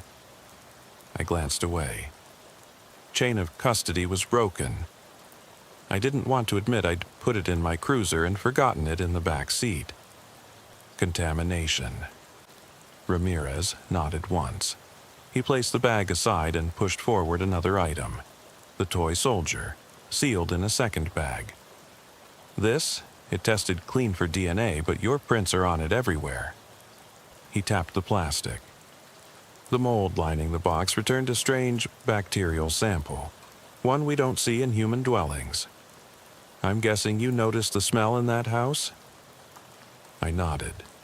The damp leather sweet scent that had clung to me for days. Ramirez stood and walked to a locked cabinet. He pulled out an old photograph, real and yellowed, the Ridge House foyer, taken by someone who knew exactly where to aim. The light fell just like my flashlight beam. He handed it to me. I watched my own shadow, elongated, creeping up the wall. "You're not the only one who's been here," he said softly. "We think someone's been using these houses as labs of some sort. We're finding traces of industrial chemicals, biological agents, nothing lethal to an officer on a quick visit, but enough to trigger hallucinations, mild paralysis, anxiety. We think it's a method of control." He paused. "Kind of a psychological warfare." I felt my stomach churn. "Why me?" "Because you went back. You kept coming. You're the only one who's reported the staging." He slid over a manila folder. Inside were more photos. Circles of objects in the Jenkins house, the coffee cup, the earring. Each image dated, time-stamped by BCI cameras left in the homes without my knowledge. "We've been watching. We don't know who's behind it, but they're targeting you." My head swam. I thought back to the candles, the scrawled warnings, the photo left on my rug. "What do they want?" Ramirez shook his head. "We can't say, but it's not random. Whoever this is has predicted your movements, your reactions. They know where you live. They know your family. This is about luring you in, breaking you down. I ran a hand over my face. My wedding ring felt heavy. The photograph in my pocket burned against my thigh. I pulled it out, my childhood memory, the one that wasn't mine to leave behind. Ramirez watched me. "I'm done," I said. "I'm quitting. Take my badge. I can't—" My voice cracked. "I can't be their pawn." Ramirez leaned forward. "You don't have to do this alone. We can offer you protection, even a new identity." I stood, chair scraping. "No." I folded the photo and placed it in the folder. "I have to close this file, for good. I have a family to protect." I felt feverish, betrayed by my own conviction. "I'll handle it myself." He watched me, unreadable. As I turned to leave, he said quietly, "Be careful what you wish for." Outside, I tucked the manila folder under my arm. The sun was low, autumn branches spiking the sky. I drove home without headlights, windows down, letting the cool air shake the lingering smells from my uniform. My daughter's school bus passed me on the road. She waved from the window. I waved back, mouth dry. At home, I dropped the folder on the kitchen counter. My wife entered, carrying laundry. I forced a smile. "Long day?" She glanced at the evidence bags and the photo poking out of the folder. "What is it?" I shook my head. "Nothing you need to worry about." She studied me. "You're not the same." Tears pricked her eyes. "I'm scared for you." I reached for her hand. "I'll be fine." The words felt like lies, but I had to leave something safe behind, a promise to tether me.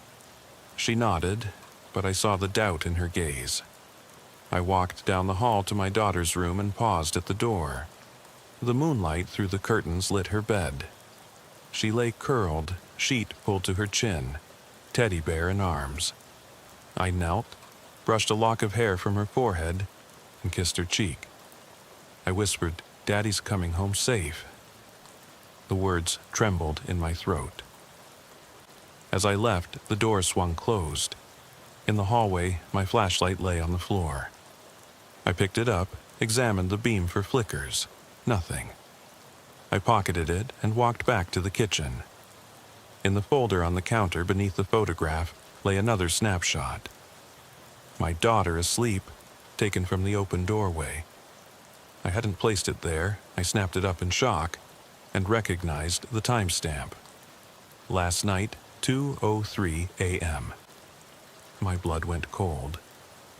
I backed away, heart pounding, and heard a soft click behind me. The front door, locked when I left, now sat ajar. I swallowed hard and whispered to the empty house, "Who's still here?" I froze in the kitchen doorway, the photograph trembling in my hand as my eyes darted toward the open front door. The hallway was swallowed in shadow, the pale morning light just grazing the edge of the threshold. My breath caught in my lungs, and for a moment I couldn't decide whether to rush outside or barricade myself in. Then I heard it. A soft rustle of fabric, like someone shifting in a coat coming from the living room. I tucked the photograph into my jacket pocket and edged forward, feet silent on the hardwood. The house that had been my sanctuary felt suddenly alien. Walls bending inward, ceilings pressing down. My hand brushed the holster at my hip. For the first time in my life, I wasn't sure I wanted the weight of a weapon against my leg. My daughter's school photo, my childhood snapshot. They were pieces in a puzzle that didn't fit. I rounded the corner into the living room. The couch was gone. No cushions, no stain where my wife had sat just minutes ago. In its place lay a single gray glove, the one I'd found in that first Ridge House call, stretched flat on the floorboards as if laid there for me to see again. Next to it, the toddler's rain boot, bright yellow frog and all, leaned against the wall. The toy soldier stood at attention on the mantel, fresh footprints and dust circling them both. My heart thundered. I called out, voice low, "I know you're here. Show yourself."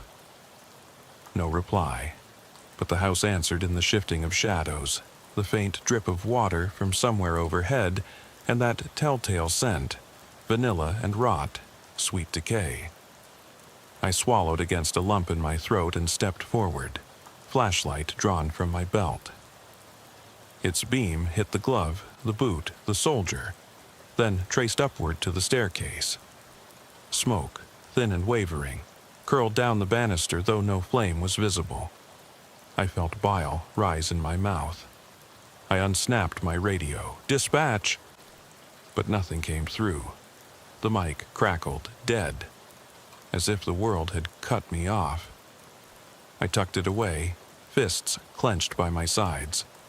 I hauled myself up the stairs, each step creaking beneath me like a warning.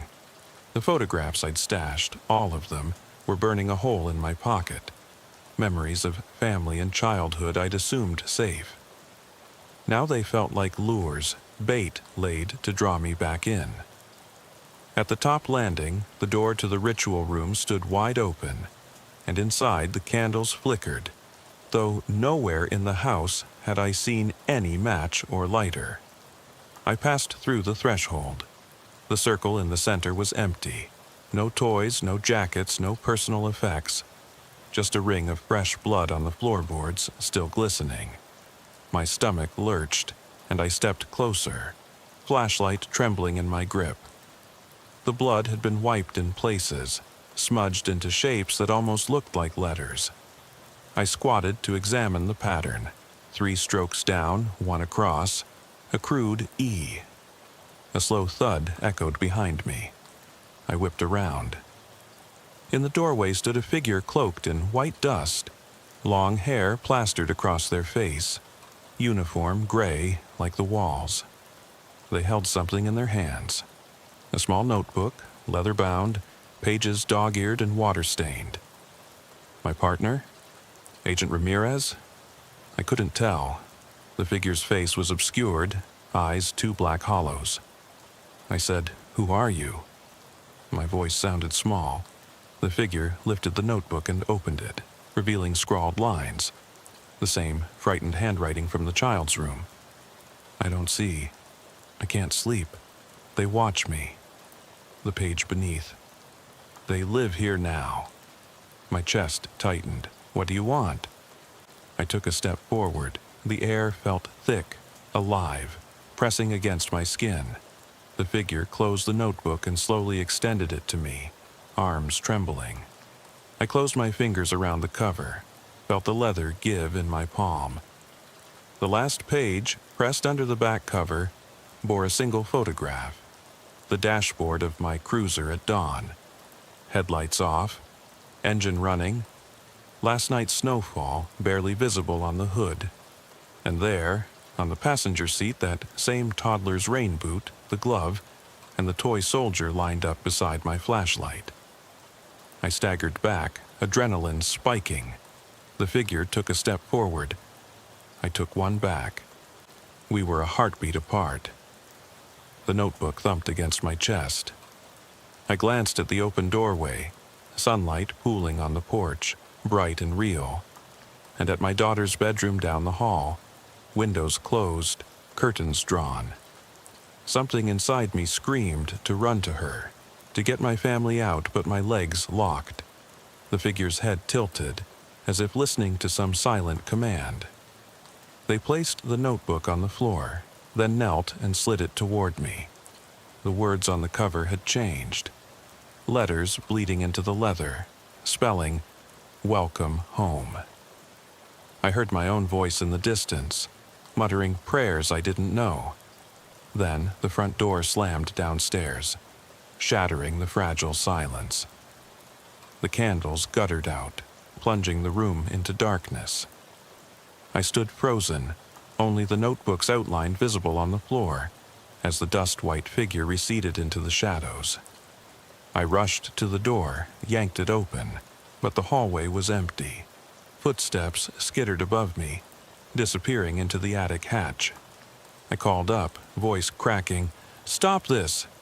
Leave us alone! The attic hatch creaked, but nothing else. Heartbeat a hammering, I scooped up the notebook and dashed downstairs. The living room had rearranged itself. The gray glove lay on the coffee table. The toy soldier glared from the TV stand. The rain boot sat like a sentinel by the front door. I grabbed my jacket from the hook and shoved the notebook inside a pocket. As I crossed the foyer, I passed the photograph on the rug, my daughter asleep in her bed.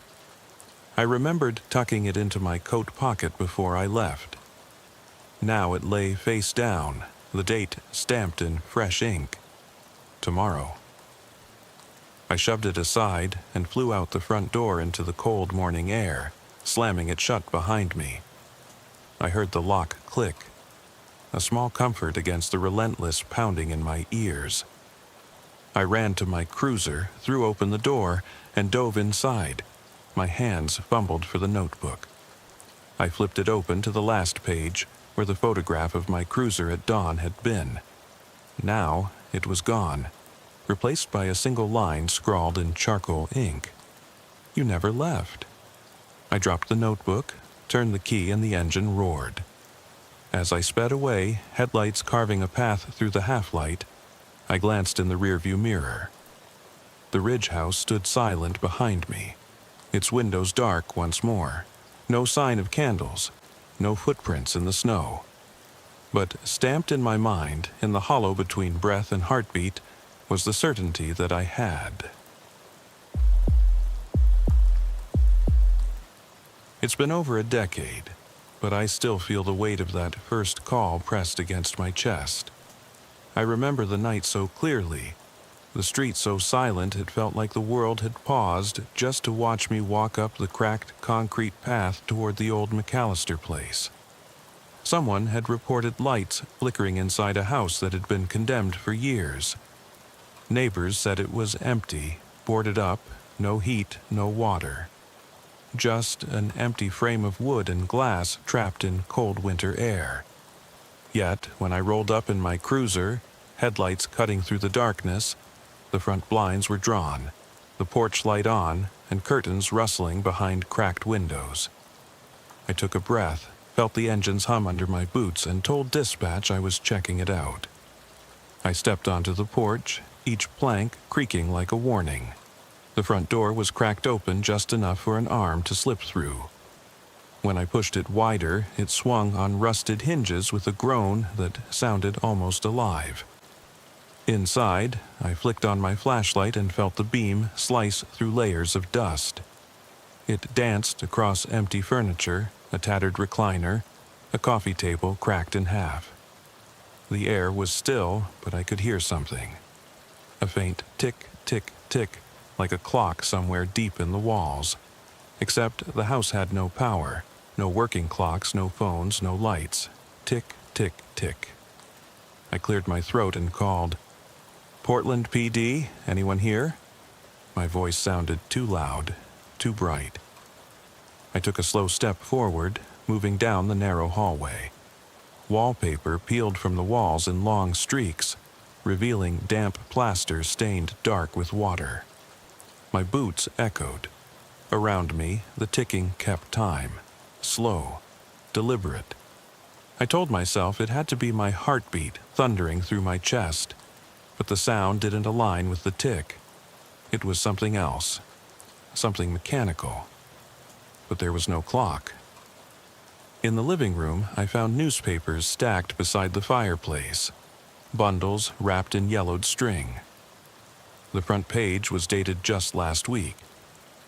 Local homeowner missing. That was impossible. I'd been on patrol here the previous month when they boarded it up. I ran my hand over the stack, peeling a layer of dust.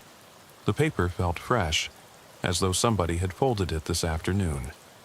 I thumbed through the pages, reading the same headline over and over until the words blurred. My breath caught, and I looked up at the mantel. There, instead of the brand-new family photograph I remembered, there was a framed picture of a house engulfed in flames. The date scrawled beneath it was 2 months ago. but the wood beneath the fire was still smoldering in the photo, embers glowing bright orange. That house wasn't mine. That photograph wasn't mine. My hands shook, and I dropped the frame. It shattered on the floor, glass cutting through decades of dust like lightning. I radioed for backup, voice tight. 1012, I need an extra unit on my location. Possible trespasser inside abandoned residence. No one in there, I told myself. No one. My back hairs rose when the ticking stopped all at once, and the silence swallowed the air. The hair on my neck bristled, and I felt like someone was standing right behind me. I spun around, flashlight beam slicing through darkness. Only empty chairs and a doorway leading to the kitchen. The ticking resumed, now louder, echoing through the rafters. I stepped into the kitchen, expecting to find a clock, a watch, something. But the only thing on the counter was a mug with fresh coffee, steam still rising. Fresh coffee in a house with no power, no running water. My chest tightened so hard I thought it would burst. I remember how the smell hit me. Coffee, damp earth, and something else sour and metallic. My flashlight caught a smear of dark red on the edge of the sink. It looked like rust at first, but when I knelt to brush my glove over it, it ran under my fingers. Not rust, something else. I straightened up and shone my light across the floor. Footprints in the dust, bare footprints leading toward the back door. They looked human, curved toes and all, but they led me back through the living room, down the hallway I'd come from, almost as though someone had walked in a circle. I wanted to call it in, to admit I was spooked, but my radio wouldn't fire, nothing but static. That's when I saw it. A shadow pooling at the base of the staircase. It didn't have clear edges, just a darkness that seemed thicker than the rest of the room. I told myself it was a trick of the light, a crevice in the wood. Anything to keep from believing there was some presence there. I clicked off my flashlight and the faint glow of my phone's screen illuminated the steps. I could see each tread, the wood worn smooth, but the shadow remained, an absence that sucked warmth from the air. I whispered into the dark, "I know you're here, come out." My voice cracked. The shadow didn't move. I flicked the flashlight back on and traced the beam upward. An outline of someone standing halfway up. No details, just a shape. My training kicked in, get eyes on the suspect. "Portland PD, show yourself." I raised my flashlight, scanning the landing. Empty. I took 3 steps forward and felt the floor sag slightly. I stopped, heart hammering, and leaned over to look. Behind the newel post, etched into the wood, were initials carved deep, E.M., and below them, a date, March 12th, 2007. I moved my hand over the grooves. They were fresh, not weathered like the rest of the house. My skin prickled. Elliot Marsh. I'd heard the name in a briefing years earlier, a photographer who vanished after a series of strange cases. I shook my head, told myself it couldn't be the same name, but I couldn't ignore the date. My phone buzzed with incoming backup. I shoved the initials into my pocket and backed down the stairs, adrenaline coating my limbs. By the time they arrived, the footprints had vanished. The coffee cup was empty and cracked, and the clock on the wall was ticking again, though I knew it couldn't. I told them there was no one inside, that I'd found old bottles and trash, but no squatters. We cleared the house, locked it up, and I drove away with the siren silent. Even now, I can't explain the initials on that post or the timing of the ticking clock. I just know that something was there with me, something that ought not to have been, and it left its mark in more ways than one. I kept my badge clipped to my belt as I slipped back into my cruiser, but I could still feel the press of that house against my spine, like it had reached in and grabbed me by the heart. The night air felt sharp in my lungs, colder than the dashboard thermometer said. I rolled the window down and let a blast of wind clear my head, but it didn't help. I drove back to the precinct in silence, headlights cutting arcs through fog that hadn't been there before. Every time a branch scraped the roof, my arm jerked like I'd been slapped. By the time I pulled into the lot, I was shaking. Inside, Lieutenant Chen stood at my desk, arms crossed, eyes dark. He'd heard the call come in, footprints, shadow, locked radio, and he wanted answers. I told him what I'd found, soft at first, careful not to let the panic in my voice show.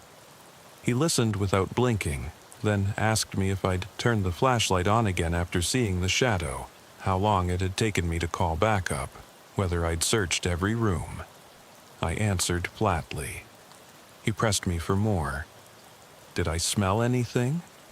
Hear anything beyond the ticking? What made me think those initials meant anything? I said I didn't know, but it felt like a tracer from something old, something buried. He sighed and left me to file the report. I typed soldierly facts, address, call type, findings, no suspects located. I didn't mention Ember Marsh's initials on the Newell post, nor the coffee cup, nor the feeling that I'd been followed up those stairs, nor the laughter I thought I heard when I slammed the front door. Reports filed, I went to the break room to pour myself a coffee, black, extra shot, but as I stirred the cream, I noticed the faint tick of the clock on the wall. I glanced down at my watch, 2:37. The wall clock was loud, insistent, but it was plugged in. It was just a clock. Still, my fingers trembled so badly I nearly spilled the steaming mug. I wrapped my hands around it, closed my eyes, and fought the shakiness until I could walk back to my desk without looking over my shoulder. I went home that night and didn't sleep. It was as if my mind was a room stacked with newspapers, each one stamped with some date that didn't belong. I thought of every abandoned house I'd ever checked, the ones I'd left without a second glance. How many had mugs on the counters, footprints in the dust? How many had people leaving papers on the table, lights on the second floor? The longer I stared at the ceiling, the more I heard it, tick, tick, tick. The ghost of that clock beating in the darkness. I made coffee at 3, called my partner, Reynolds, and said I needed to talk. He was the kind of cop who believed in facts. Fingerprints, footprints, phone records. He rolled his eyes when I admitted I felt spooked. He said old houses settle, wires hum, drafts make shutters shake, mugs hold leftover coffee from squatters. I told him I appreciated his logic, but sometimes logic feels like a cage when the walls are closing in. He laughed, but I heard concern under it, so I asked him to come by in the morning after his shift. That afternoon, I went back to the McAllister place, officially to check the locks, but really to see if I could find anything new. I brought a camera, digital this time, and shot every angle: the porch, the windows, the hallway, the ripped wallpaper. I took samples of the coffee cup shards, dust from the mantel, splinters of wood with the initials EM carved deep. Nothing about those samples made sense, but I stowed them in evidence bags anyway. I had the forensic techs running tests on them: DNA, fingerprints, coffee grounds. I wanted answers, but mostly I wanted to keep my hands busy so my mind wouldn't spin. By sundown, I had nothing. No prints on the mug, no hair or skin cells in the dust, no residue from any chemicals. It was as though someone had staged everything, then scrubbed it clean down to the fingerprints and footprints. Who cleaned a murder house that well? Who knew exactly where to scrub and where to leave a crumb of evidence? Who carved initials into the banister and knew I'd see them? That night, I dreamed of footprints circling my bed, cold grains of dust under my toes. I woke up to the faint hum of my window unit, and the next morning I called Reynolds at 6. He came over, coffee in hand, eyebrows raised when he heard about my trip back. I showed him the photos on my laptop, the mug still steaming, the shadow on the stairs, the initials carved in fresh wood. He leaned closer. I watched his face go blank, his jaw tighten. "You didn't mention the initials," he said. I shrugged. He pushed the laptop across the table. "Look at the grain on that wood," he said. "It's new. That banister was factory finished 9 years ago." "You carving that yourself?" I shook my head. He ran his finger over the letters, EM 3-12-07. He traced it slowly, like he was waiting for it to move. "Elliot Marsh," he said. He disappeared after a string of odd cases. Nobody saw him after that. Elliot Marsh. The name echoed in my mind like a warning. I stared at the date, March 12th, and realized it was the anniversary of my son's birth. My son, who died 2 hours after he came into the world, 2 floors above that very living room where the photograph had been. I felt my throat close. I could taste the coffee grounds on my tongue, bitter and metallic. I closed the laptop, leaned back, and waited for the terrible wait to pass. I told Reynolds I needed to talk to Lyndon. She'd led the Marsh investigation in Portland back then, had pulled the pieces together before Marsh ghosted out of town. I needed to know what she'd uncovered. Detective Lyndon agreed to meet at a diner just after lunch. She looked the same. Hard eyes, tighter shoulders, a smudge of dark hair that never quite stayed tucked behind her ear. She ordered black coffee and a club sandwich, then slid a manila folder across the table. Inside were photos, grainy, black and white images of crime scenes Marsh had shot, broken glass in an alley, a blood spatter pattern on a wall, and always those shapes at the edges. Shadows so dark they seemed to swallow the frame. Next to each was a note in Marsh's handwriting describing how he'd seen them move or felt their breath. None of it made sense. Lyndon looked across at me. He believed he could see something others couldn't, she said. He thought the camera pulled it out of the air. We thought he was crazy. I stared at one photo. A living room barreled by flame, embers glowing. The date scrawled, March 12th, 2003, 4 years before he was hired in Portland. 4 years before my son was born. 4 years before that house was boarded up. She closed the folder. He vanished. FBI had leads.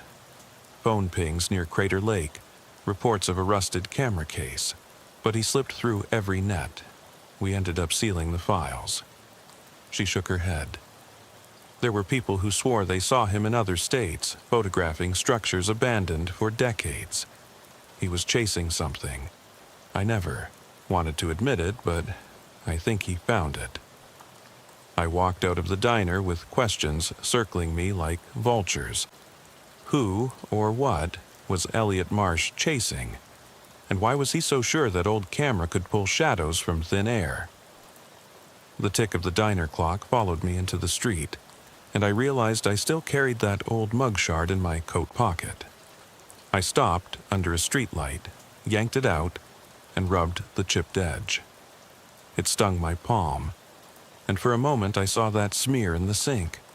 Dark red, almost black, coiling like a snake.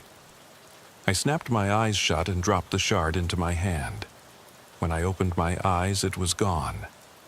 I walked back to my cruiser in a daze, keys jangling, heart beating like that phantom clock. I got inside and stared at the crack in the windshield, the yellowed parking ticket stuck under the wiper. I thought I heard a laugh, a child's whisper. Then the engine turned over. The dash lights glowed, silent except for the hum of the heater. I drove away, but I didn't look forward. The road behind me stretched into darkness, and I could swear I saw something in my rearview mirror. A shape, human at first glance, then gone when I blinked. The final flicker of the porch light at McAllister's house. Or maybe it was in my mind. I don't know what I believe anymore. All I know is that the initials in that banister, the ticking clocks, the shadows in photos, they're pieces of a puzzle I never asked to solve. And every time I think I'm safe, I feel that cold draft again, like empty houses are breathing down my neck. I wish I could close that case, archive the files, and move on. But some things follow you, even when you don't want them to. I drove home with the diner's fluorescent glare fading behind me, the day's weight settling into my bones. My heart still thudded against my ribs like that phantom clock, and every headlight on the road felt like another pair of watching eyes. I tried to focus on the lines ahead, the tail lights of the car in front blinking red into the night, but my mind kept replaying Marsh's initials on the banister, the way those shadows in the photographs seemed almost alive. When I pulled into my driveway, I felt like I was committing a sin coming home. The house was dark, the curtains drawn, but as I climbed out, I spotted something that froze me in place. A single footprint in the thin layer of dust on the welcome mat. A bare print, toes splayed, exactly like the ones I'd found in the pantry of McAllister's place. My hands shook so badly, I had to grip the door handle with both fingers just to keep from dropping my keys. I flicked on the porch light and the print vanished, like a camera flash revealing nothing. Inside, everything looked normal. Shoes in the rack, mail on the counter, and the low hum of the furnace kicking on. But the air felt too cold, too still, as though the walls themselves were holding their breath. I flicked on the kitchen light and it buzzed, then died. The bulb was old, so I shrugged, flipped the switch again, and it clicked on. In the soft glare, I saw my reflection in the window, eyes dark and hollow, skin drawn tight. I supposed I looked like I felt, 2 parts exhaustion, 1 part terror. I set my keys on the table and noticed something odd on the edge of the placemat, an old newspaper clipping, edges yellowed, the headline screaming, "McAllister House Fire, no cause found." I picked it up with gloved fingers, careful not to leave prints, and read the date, March 13th, 2007. 1 day after Marsh's banister carving, 1 day before my son's birth. The clipping detailed a fire that had gutted the first floor but left the upstairs untouched. No sign of how flames had started or why they'd stopped. The article said arson was suspected, but investigators were stumped. No accelerants detected, no source identified, it read. I tossed the clipping into the trash and flipped on every light in the house. The hallway lamp, the bathroom strip, the overhead in the living room. The ticking from my watch sounded too loud, and I set it on the table to stop. But then I realized I'd thrown that watch into evidence months ago, a broken Casio full of Marsh's prints. I hadn't worn it in ages. I checked my wrist, no watch. My fingers brushed the edge of my police-issue watch, set, running. My head swam. There was the faintest creak behind me, like a loose floorboard bending under weight. I spun, flashlight in hand, and swept the beam across the hallway. Nothing but familiar photographs. My wife's graduation smile, our wedding day, my son's tiny handprint on a cast. My throat tickled. I leaned forward, heart hammering, and whispered into the empty air, "Who's here?" I forced myself down the hallway toward the living room, every footstep measured, slow. My shoes scuffed the rug in patterns I could feel in my gut. At the edge of the rug, I paused. There, in the dust, another footprint, bare, adult, too large to be mine, trailing toward the couch. I swallowed and bent to trace the rim of a toe with my fingertip. The print was fresh, dust shifting under my glove as though someone had just lifted their foot. I rose, knuckles white on the flashlight grip, and swept the room.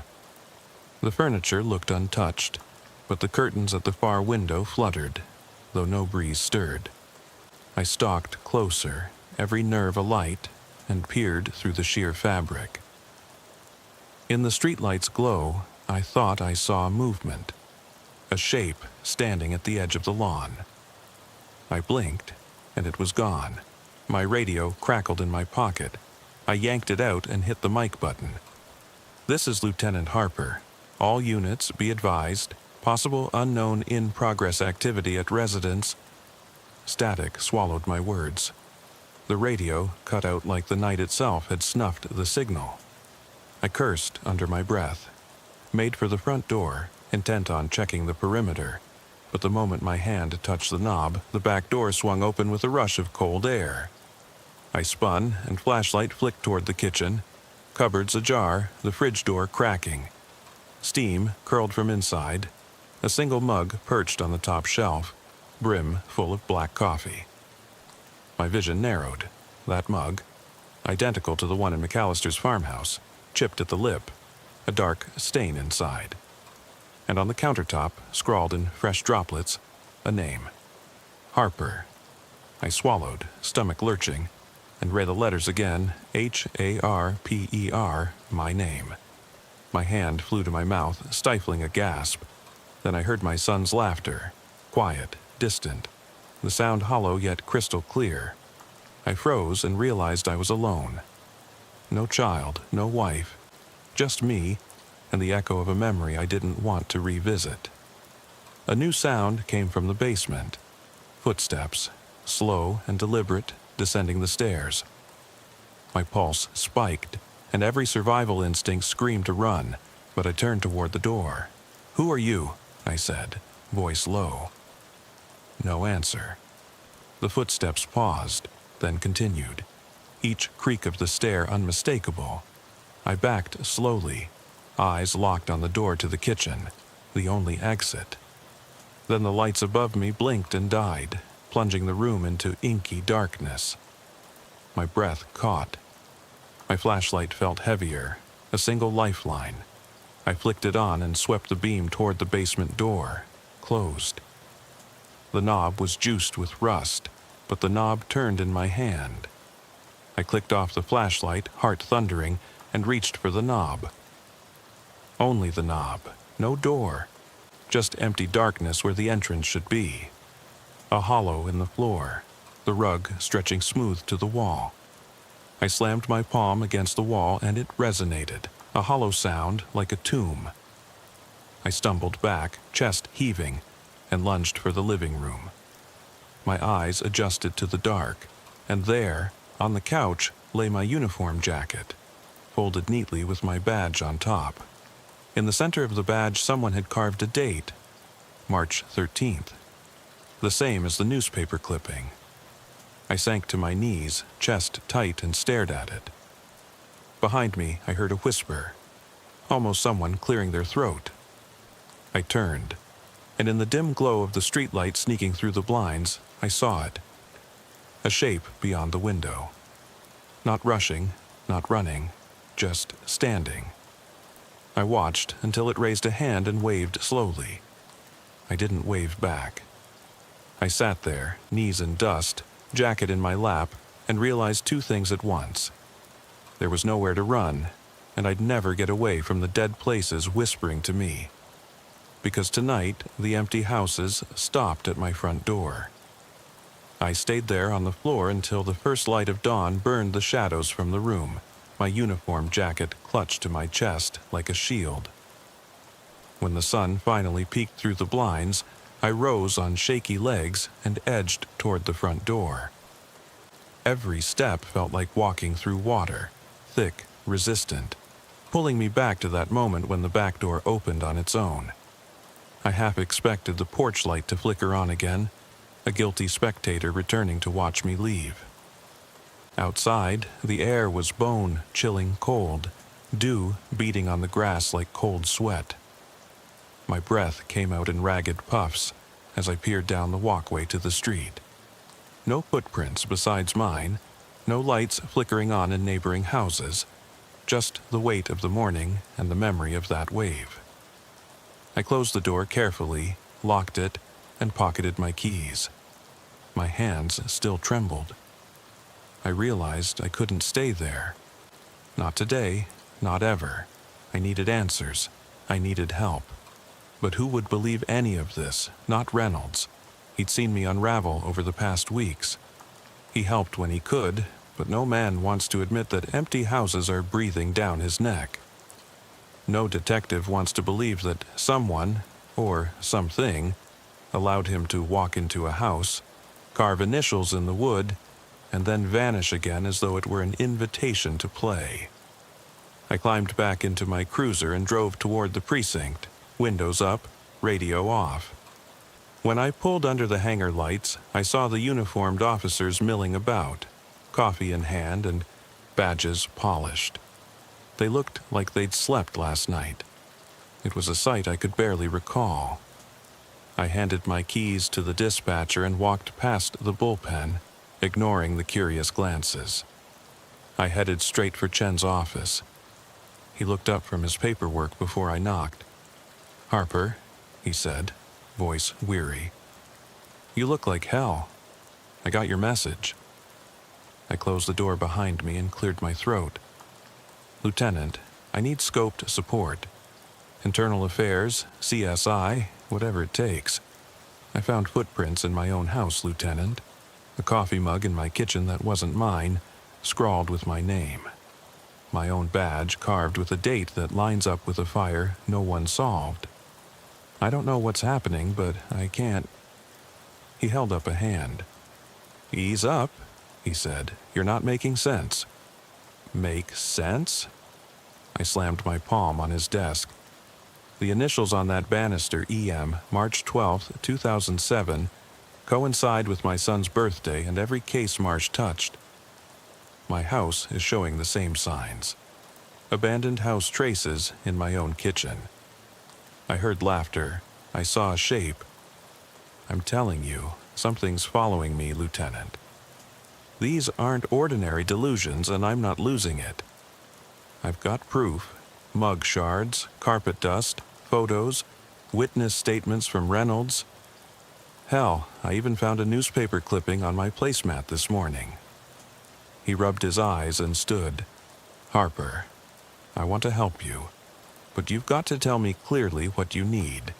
Do you want a detective on your personal property, a psychologist on retainer, or a transfer to the desk so you can stop hearing phantom footsteps?" I swallowed. "I need the case file on Marsh reopened. Every photograph, every lab report, every journal entry. I need CSI to comb my house. Fingerprints, fibers, anything. And I want weekly debriefs. I want raw data, not your opinion or mine. If we're dealing with one man gone mad or something else entirely, I want names, dates, evidence." He nodded once. "I'll get it started. But I need you to stay grounded, Harper. Document what you see, photograph it, bag it, tag it, and bring it to me. No going alone. I want 2 on every call, and I want cameras rolling. Agreed?" I exhaled and felt some tension ease. Agreed. That afternoon, I met with the CSI team at my house. They swept every room with ultraviolet lights, collected dust samples, swabbed for DNA, took high-res photos of every odd detail. A crooked picture frame, a hairline crack in the plaster, the exact spot where the coffee mug had rested. They dusted for prints on the placemat, the badge, the front door knobs. A half-dozen techs crisscrossed the carpet in booties, filling evidence bags with fibers and fragments. I stood back, watching through my own camera's viewfinder, recording each step as though it were evidence that I existed. By the time they left, the house looked like a crime scene only professional investigators should enter. I locked up behind them, the key turning in my hand, echoing like a verdict. I loaded the SD card into my laptop and started reviewing the morning's footage. The interview with Chen, the scene sweep, the luminescent footprints under blacklight. I froze on one shot, my reflection in the window as the techs worked behind me. I lifted my camera, zoomed in, and saw behind my shoulder a dark blur leaning against the wall. I clicked frame by frame, The blur shifted, receding into the corner. I paused the video, heart hammering. That corner was empty when I stood there. I closed the laptop. I couldn't trust my own eyes, but I had to, because if I didn't believe what I saw, what else was left? I opened my desk drawer, pulled out a manila envelope labeled Marsh File, 2015 Archive, and slipped my hand inside. I touched the stack of photographs, the brittle papers, and the old coffee-stained notes. I pressed the envelope to my chest. Whatever was coming, whatever Marsh had tapped into, whatever was calling me back to those empty houses, I was going to face it head-on, and I'd document every step, because if I didn't, I'd vanish too. I spent the next 2 days buried in dust and photographs, insomnia and stale coffee bleeding into each other until I could no longer tell dream from memory. Every file in that manila envelope felt like a door I wasn't sure I wanted to open. But I forced myself to study Marsh's old crime scene photos alongside my own footage. There were patterns. Subtle, almost impossible to see unless you stared long enough. The way a shadow pooled behind a chair in both sets of images. The faint ripple of carpet fibers where a footprint had pressed deep. The off-kilter angle of a picture frame hanging in the background. I marked each match in a notebook. Entry 47. Entry 112. Entry 203. I drew little arrows between images, connected date stamps that shouldn't have lined up, until the pages looked like a spider web. That evening, Reynolds texted. He'd lined up a ride-along with Detective Linden in Brookfield Heights. She agreed to show me the cottage where she first confronted Marsh's anomalies. I met them in the parking lot just after dusk. Linden was waiting by her cruiser, flashlight clipped to her belt, breath forming clouds in the cold air. Reynolds introduced us quietly. "Harper, Linden, this is the place." She nodded and led us down a path through tangled brush. The cottage sat at the end of a clearing like a gnarled tooth, boarded-up windows crooked, paint peeling. Even in fading light, it looked as though it wanted to crawl back into the earth. Linden crossed her arms, studying it. "They tore down most of the boards after Marsh vanished," she said. "Wanted to clear it out, seal it up. But some stayed. We never got rid of them. I think we thought maybe leaving it alone would be safer." I shivered, not from the cold. We stepped onto the creaking porch and paused. "That bulb," Linden whispered. "It never worked." Behind the slatted boards, I could see a single light socket dangling from a frayed wire. Beneath it lay a pile of bricks, as though someone had pried off part of the sill to wedge them below, evenly spaced. I shone my flashlight. On the columns of bricks, initials scratched so deeply the wood had split. EM 10-050-07. Another date I knew too well, the day before Marsh fled Portland. I swallowed and asked Linden how long that socket had hung there. She shook her head. "Since they boarded it up, we never saw anyone touch it. Just one night the board slipped and the socket dangled. We put it back, but it came loose again, same place." I leaned closer. Behind the socket, carved into the beam, were 8 tick marks, one for each month Marsh was active in Portland. 8 ticks EM, October 2007. 8 more, I thought. 8 calls I'd taken to empty houses. I looked up at Reynolds. His face was pale. We pried off the bricks and shone our lights into the gap. A hollow buzz echoed, as though the air itself were humming. I imagined wires behind the wall, a contraption someone rigged. But nothing appeared beyond the boards. No hidden wiring, no camera, no trap. I tapped the beam against the frame. The wood under my flashlight glare looked old, over 70 years old, but the initials and ticks were raw. Someone had carved them recently, then shoved bricks in front to hide their work. That night, Linden showed me Marsh's journal entries. Her cruiser's dome light spilled across the folded pages as she read aloud, October 5th, they begin to count. 8 shadows at 8 scenes, their breath cold against my neck. My stomach curdled. She closed the journal. He believed the shadows he saw were marking his progress, how many he'd coaxed into permanence. He thought he was freeing them. I snapped my flashlight off and back on, making sure I wasn't hallucinating. We spent an hour taking photos of the porch, the socket, the hidden initials. Reynolds bagged the bricks as evidence. Lyndon looked at me and said softly, "Harper, you're not the only one it's followed." I frowned. "What do you mean?" She hesitated, face tight. 3 of our officers who handled those early calls, McAllister, Brookfield, Forsyth, they all ended up hospitalized within months. Delirium, hallucinations, panic attacks. One shot at a shadow he thought was lunging at him. Another left the force entirely after he said he kept hearing glass shatter at night. I caught my breath. My own partner had joked about my nerves, but now I wondered if I'd been slipping too. Back at my cruiser, Reynolds checked his watch. Time to go. Lyndon placed a hand on my shoulder. "Be careful, Harper. Those houses, they're not empty. And I don't think Marsh was just looking at shadows. I think he believed he was inviting them out." That night, I couldn't sleep again. The image of those bricks, the carved ticks, swirled in my head. I sat at my desk, turned off the lamps, and let the moonlight paint stripes across my paperwork. I reached into my coat pocket and found the coffee shard evidence bag I'd forgotten after CSI swept my house. I ripped it open and poured the fragments onto the desk. My breath lodged in my throat when I saw flecks of something dark embedded in the ceramic. Tiny flecks that gleamed like metallic red under the moonlight. Blood? Rust? Something else.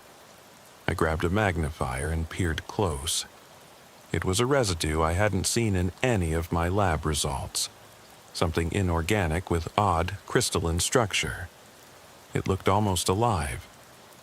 I snapped my flashlight on and filled a small vial with a pinch of the residue.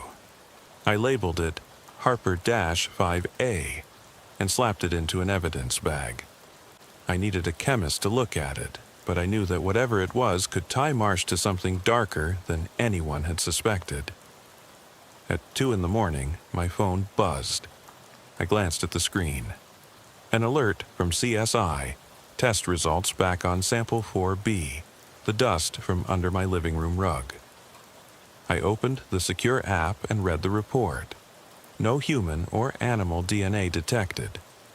But there was trace particulate, consistent with tapetum lucidum, a compound found only in the connective tissue of certain nocturnal animals, owls, raccoons, creatures adapted to see in darkness, candle soot, and something labeled unknown organic origin. I stared at the screen. Owls and raccoons? Candle soot in a house with no fireplaces. Unknown organic particles that didn't match any human or animal database. I felt the floor tilt beneath me. I placed my hand on the desk and pushed myself up. I walked to the window and stared out at the silhouette of my own house across the street. No lights, no movement, just a dark shape waiting. I realized the residue on those coffee shards, the dust under the rug, the soot in the cottage. They weren't random. They were markers. Breadcrumbs, maybe, left by something deliberately guiding me, encouraging me to follow. My radio crackled in the silence. I clicked it, heart pounding. "Reynolds, you still there?" I clicked again. "Reynolds, respond." Nothing. I turned toward the door, ready to head back out, but froze when I noticed the initials carved into my own desk, one I'd never seen before, etched in deep gouges, EM 3-13-07. My fingers brushed the wood, cold, and as I pulled my hand back, the desk rattled like someone had tapped beneath it. I swallowed hard and whispered, "I'm coming." Then, I grabbed my coat, my flashlight, and the envelope of Marcia's files, slung the evidence bag over my shoulder, and stepped into the corridor, ready or not, to find the next empty house calling my name. I knew it was only a matter of time before I ended up back at the McAllister place. It was the epicenter of everything strange that had happened to me, the seed from which all the other empty houses had grown. Lieutenant Chen had cleared me to go in with a full team, CSI, uniformed officers. A psychic investigator I'd reluctantly agreed to let tag along lest they call me completely unhinged. We assembled at dusk, the sky bruised purple, and I watched the headlights carve paths through overgrown grass as we pulled up. The front door still sagged on its hinges, the porch light long since burned out. I didn't need to tell anyone to stay close. We all knew. We forced the door open this time, wedges and hydraulic jacks replacing my lone knock. The team fanned out. 2 cops with rifles, 2 CSI techs with backpacks full of gear, the psychic investigator, a woman named Delacroix, mutely tracing her gloved fingertips over the banister where Marcia's initials were carved. I followed her gaze down the hallway to the spot where the stack of newspapers had been, then across the room to the fireplace where the photo of the burning house had hung. Everything had been cleaned up, repainted, sanitized like a showroom, but the air still tasted of damp earth and stale coffee. I raised my flashlight, and even with every power circuit rewired, the beam caught motes drifting like snow in a silent storm. Delacroix knelt by the broken frame on the floor, closed her eyes, and whispered, "They linger." I felt the words land on my skin. I wanted to argue, wanted to point out that dark corners had logical explanations, but the tremor in my gut wouldn't let me. The techs set up cameras on tripods and ran extension cords. They tested the electrical, checked the water lines, scanned the walls for hidden microphones or projectors. Chen barked orders. Catalog everything, don't touch anything without tagging it, and stay in radio range. I obeyed, though my blood felt heavy and slow. As the sun dipped below the horizon, I led Reynolds to the pantry where I'd first found the footprints.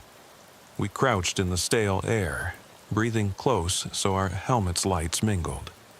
He dusted for prints again, no new ridge patterns, but the dust was disturbed, as though footprints had been disturbed hours ago. We bagged a sample. I opened my mouth to speak, but the psychic's voice drifted back. "Behind you." I snapped my light over my shoulder. A row of empty chairs sat neatly against the wall, identical to the lineup in Marcia's first photographs. I told the team to stand clear. The techs gathered, lenses clicking. We set off a light strobe sequence and recorded every angle. On playback, the beams sliced through dust so thick it looked like fog. In one frame, behind the chairs, a shape leaned, one arm resting on the back of a seat. It vanished in the next flash. Delacroix gasped. Reynolds swore softly.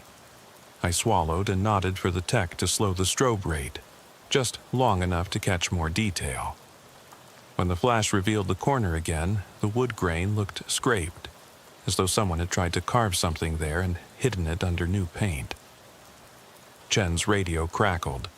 "Harper, come in. CSI found something." I jogged back to the living room, heart pounding. One of the techs held up a translucent plastic trap lined with soot-like residue, a petri dish of moldy film. Under UV light, it glowed the same as the dust from my rug, those crystalline particulates. They'd scraped decayed wallpaper behind the mantel and cultured spores that matched the material under my living room rug and in the Brookfield cottage. The message was clear. This place had been seeded with the same substance, Marcia's substance, leading a trail from abandoned houses straight to my own home and back here. Someone had been orchestrating it. I felt Reynolds' hand on my shoulder.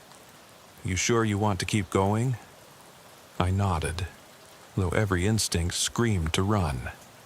We moved up the stairs to the second floor. Each step was a confession.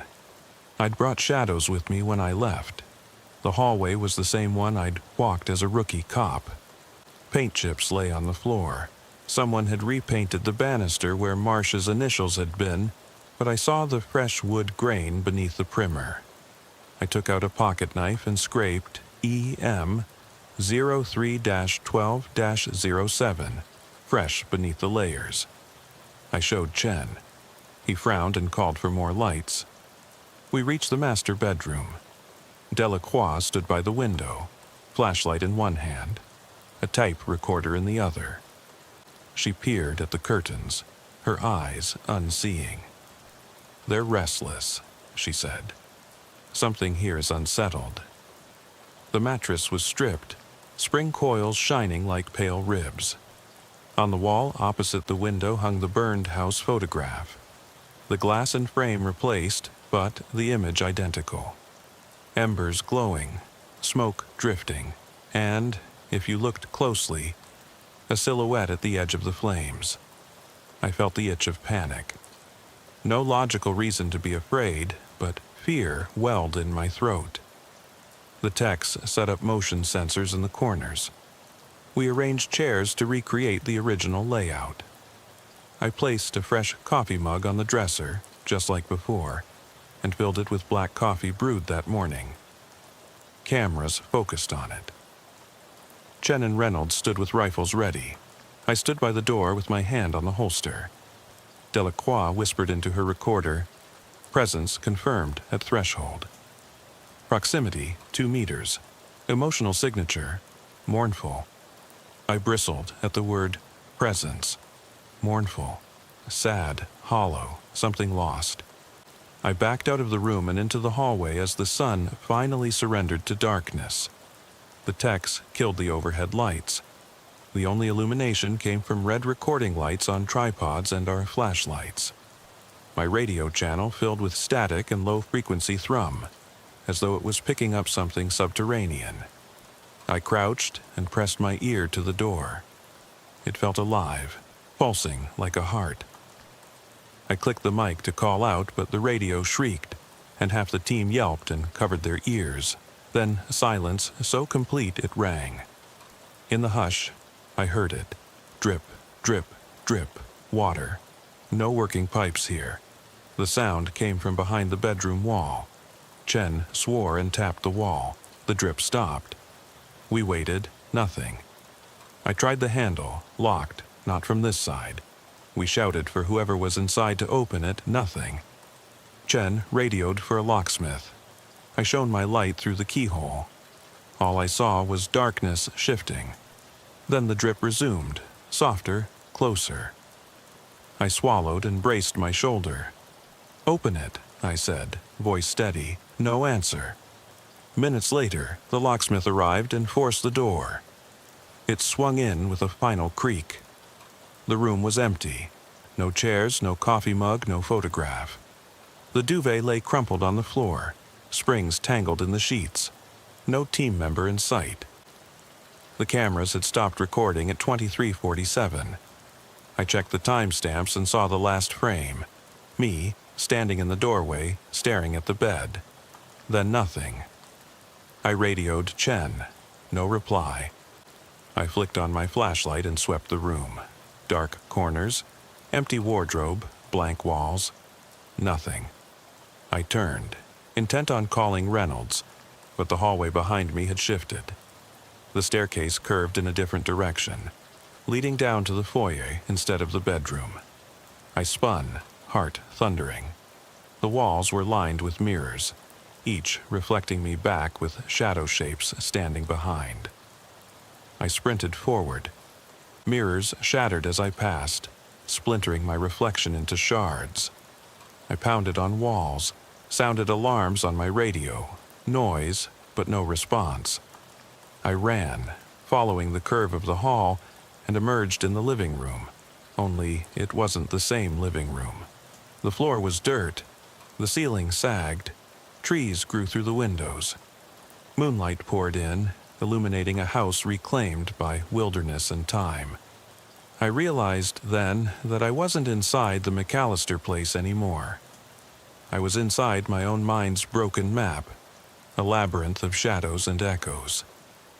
The banister with Marcia's initials hovered in midair, dripping with black coffee residue and crystalline dust. I backed away, but the floor dissolved under my boots and I plunged into darkness.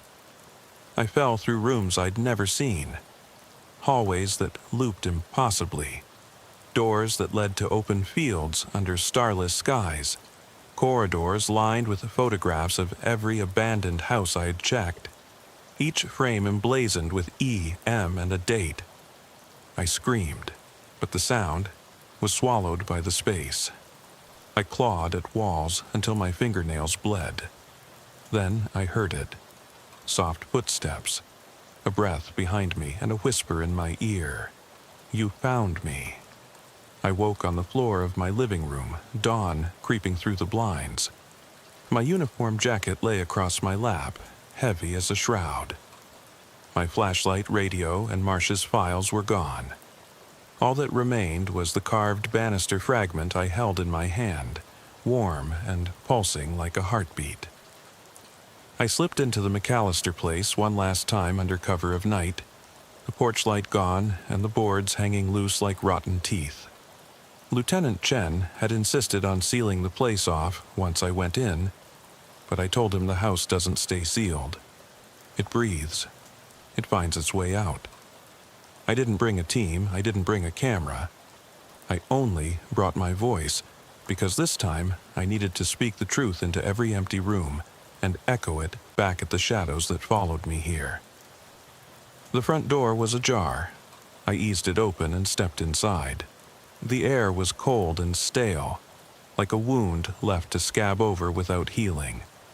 My boots crunched on broken glass and wood splinters as I crossed the threshold. Every familiar shape, mantel, couch frame, kitchen threshold, felt wrong in the dim glow of my cigarette lighter. I closed the door behind me and whispered, "I'm home." The words sounded hollow, swallowed by the empty rooms. I flicked my lighter's flame against the wall by the banister where Marcia's initials were carved. E.M. 3-12-7. The cuts in the wood were deep. The raw grain stared back at me like a wounded eye. I ran my thumb over the date, tasting dust and smoke. If this house was alive, this was its pulse. I blew the lighter out and let the darkness settle around me. I walked to the living room, coughing at the layers of dust kicked up by my steps. On the coffee table lay a cracked photograph of a house I didn't recognize. Walls peeling, windows shattered, embers glowing around the front door. I stared at it until my vision blurred. I whispered, "What house is this?" The photograph offered no answer. I dropped it face down and it shattered like a mirror reflecting someone else's fear. I climbed the stairs, guided by memory and dread. The hallway was narrower than I recalled, the wallpaper a sickly green I'd never seen before. At the end stood a single light bulb swinging slowly, even though there was no wiring overhead. Its dim glow sent long fingers of shadow across the floor. I counted the flickers. 42. 42 abandoned houses I'd checked. 42 times I'd believed I was alone. 42 lies. I took a breath, hard, and stepped toward the bulb. My fingers brushed the cord, and I felt a spark of heat. Someone had rigged it. Someone had intentionally left this bulb for me to find, to prove I wasn't imagining the connections. The cord led to a wall outlet with fresh wood around it where a switch had been cut in. I traced the path with my finger, pulling loose strands of insulation. Then I remembered the initials etched beside the socket in Brookfield Heights. Same handiwork, same hand. I dropped to my knees and whispered into the shadows, "Was it you?" The room was silent except for the hum of the bulb. Then a soft shuffle behind me. I spun, but only saw my own reflection in a cracked mirror leaning against the wall, a reflection framing me in splintered wood. Behind me, I knew someone stood. I held my breath. "Detective Harper," a voice said, gravelly, distant. "You came back." My heart hammered. "Who are you?" I shouted until my voice cracked. The bulb flickered. I saw in the mirror behind me a figure hovering in the doorway. Blurred edges, no face, just a shape wearing a badge. I realized it was me. Then the figure raised a hand and pointed upward. I looked up at the ceiling where, written in dust, thick letters spelled out, "Find me." I swallowed, mouth dry. "Find you?" I whispered. "Where?" Below the writing, the ceiling sagged around a small hatch I'd never noticed, an access panel covered in decades of grime and paint. My flashlight, tucked into my belt, was dead.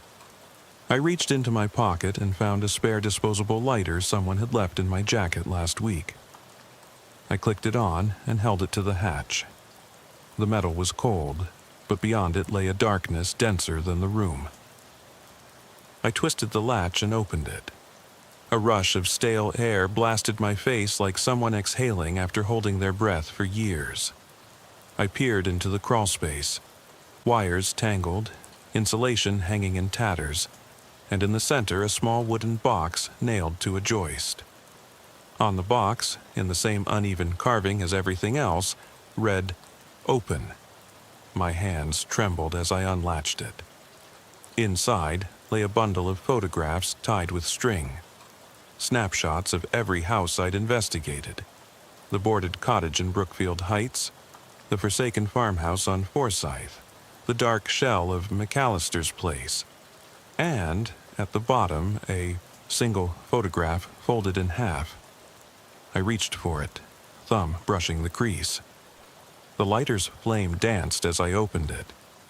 It was a picture of me, face drawn, eyes wide, uniform immaculate, standing in the foyer of my own home. Behind me, half-shadows coalesced into a form with outstretched arms. I stared until the image seemed to breathe. My breath caught in my throat, and I realized the hands were not reaching for me. They were pushing me out. I dropped the photo. The box slammed shut on its own. I yanked it free and scampered down the crawlspace ladder, heart pounding like a war drum. I landed in the hallway with a thud, the lighter sputtering out. The house spun around me, room shifting, walls breathing. I ran down the stairs, each step echoing like a countdown. Doorways led to rooms I didn't recognize, filled with relics I never saw. My badge cracked, my gun missing, my name carved into every surface in red clay. I burst through the front door into the cold night air. The door slammed behind me, and I turned to see the house standing silent, empty, still. The windows no longer flickered. The porch light remained dark. It was just a shell again, boarded up, as though it had never moved. But in my hand, I still held the final photograph. I unfolded it in the moonlight and saw it lay flat for the first time. My face, inscrutable, and behind me a mirror. In its reflection, standing where my body should be, was a silhouette with Marsh's initials carved across its chest. I dropped to my knees, wind whipping around me. I pressed the photo to my heart and realized there was only one thing I hadn't done. I hadn't looked inside the mirror. I stood, brushed the dirt from my knees, and walked back toward that darkened hallway. Because the last thing I saw wasn't in a photograph, but in the mirror's edge, waiting for me on the other side.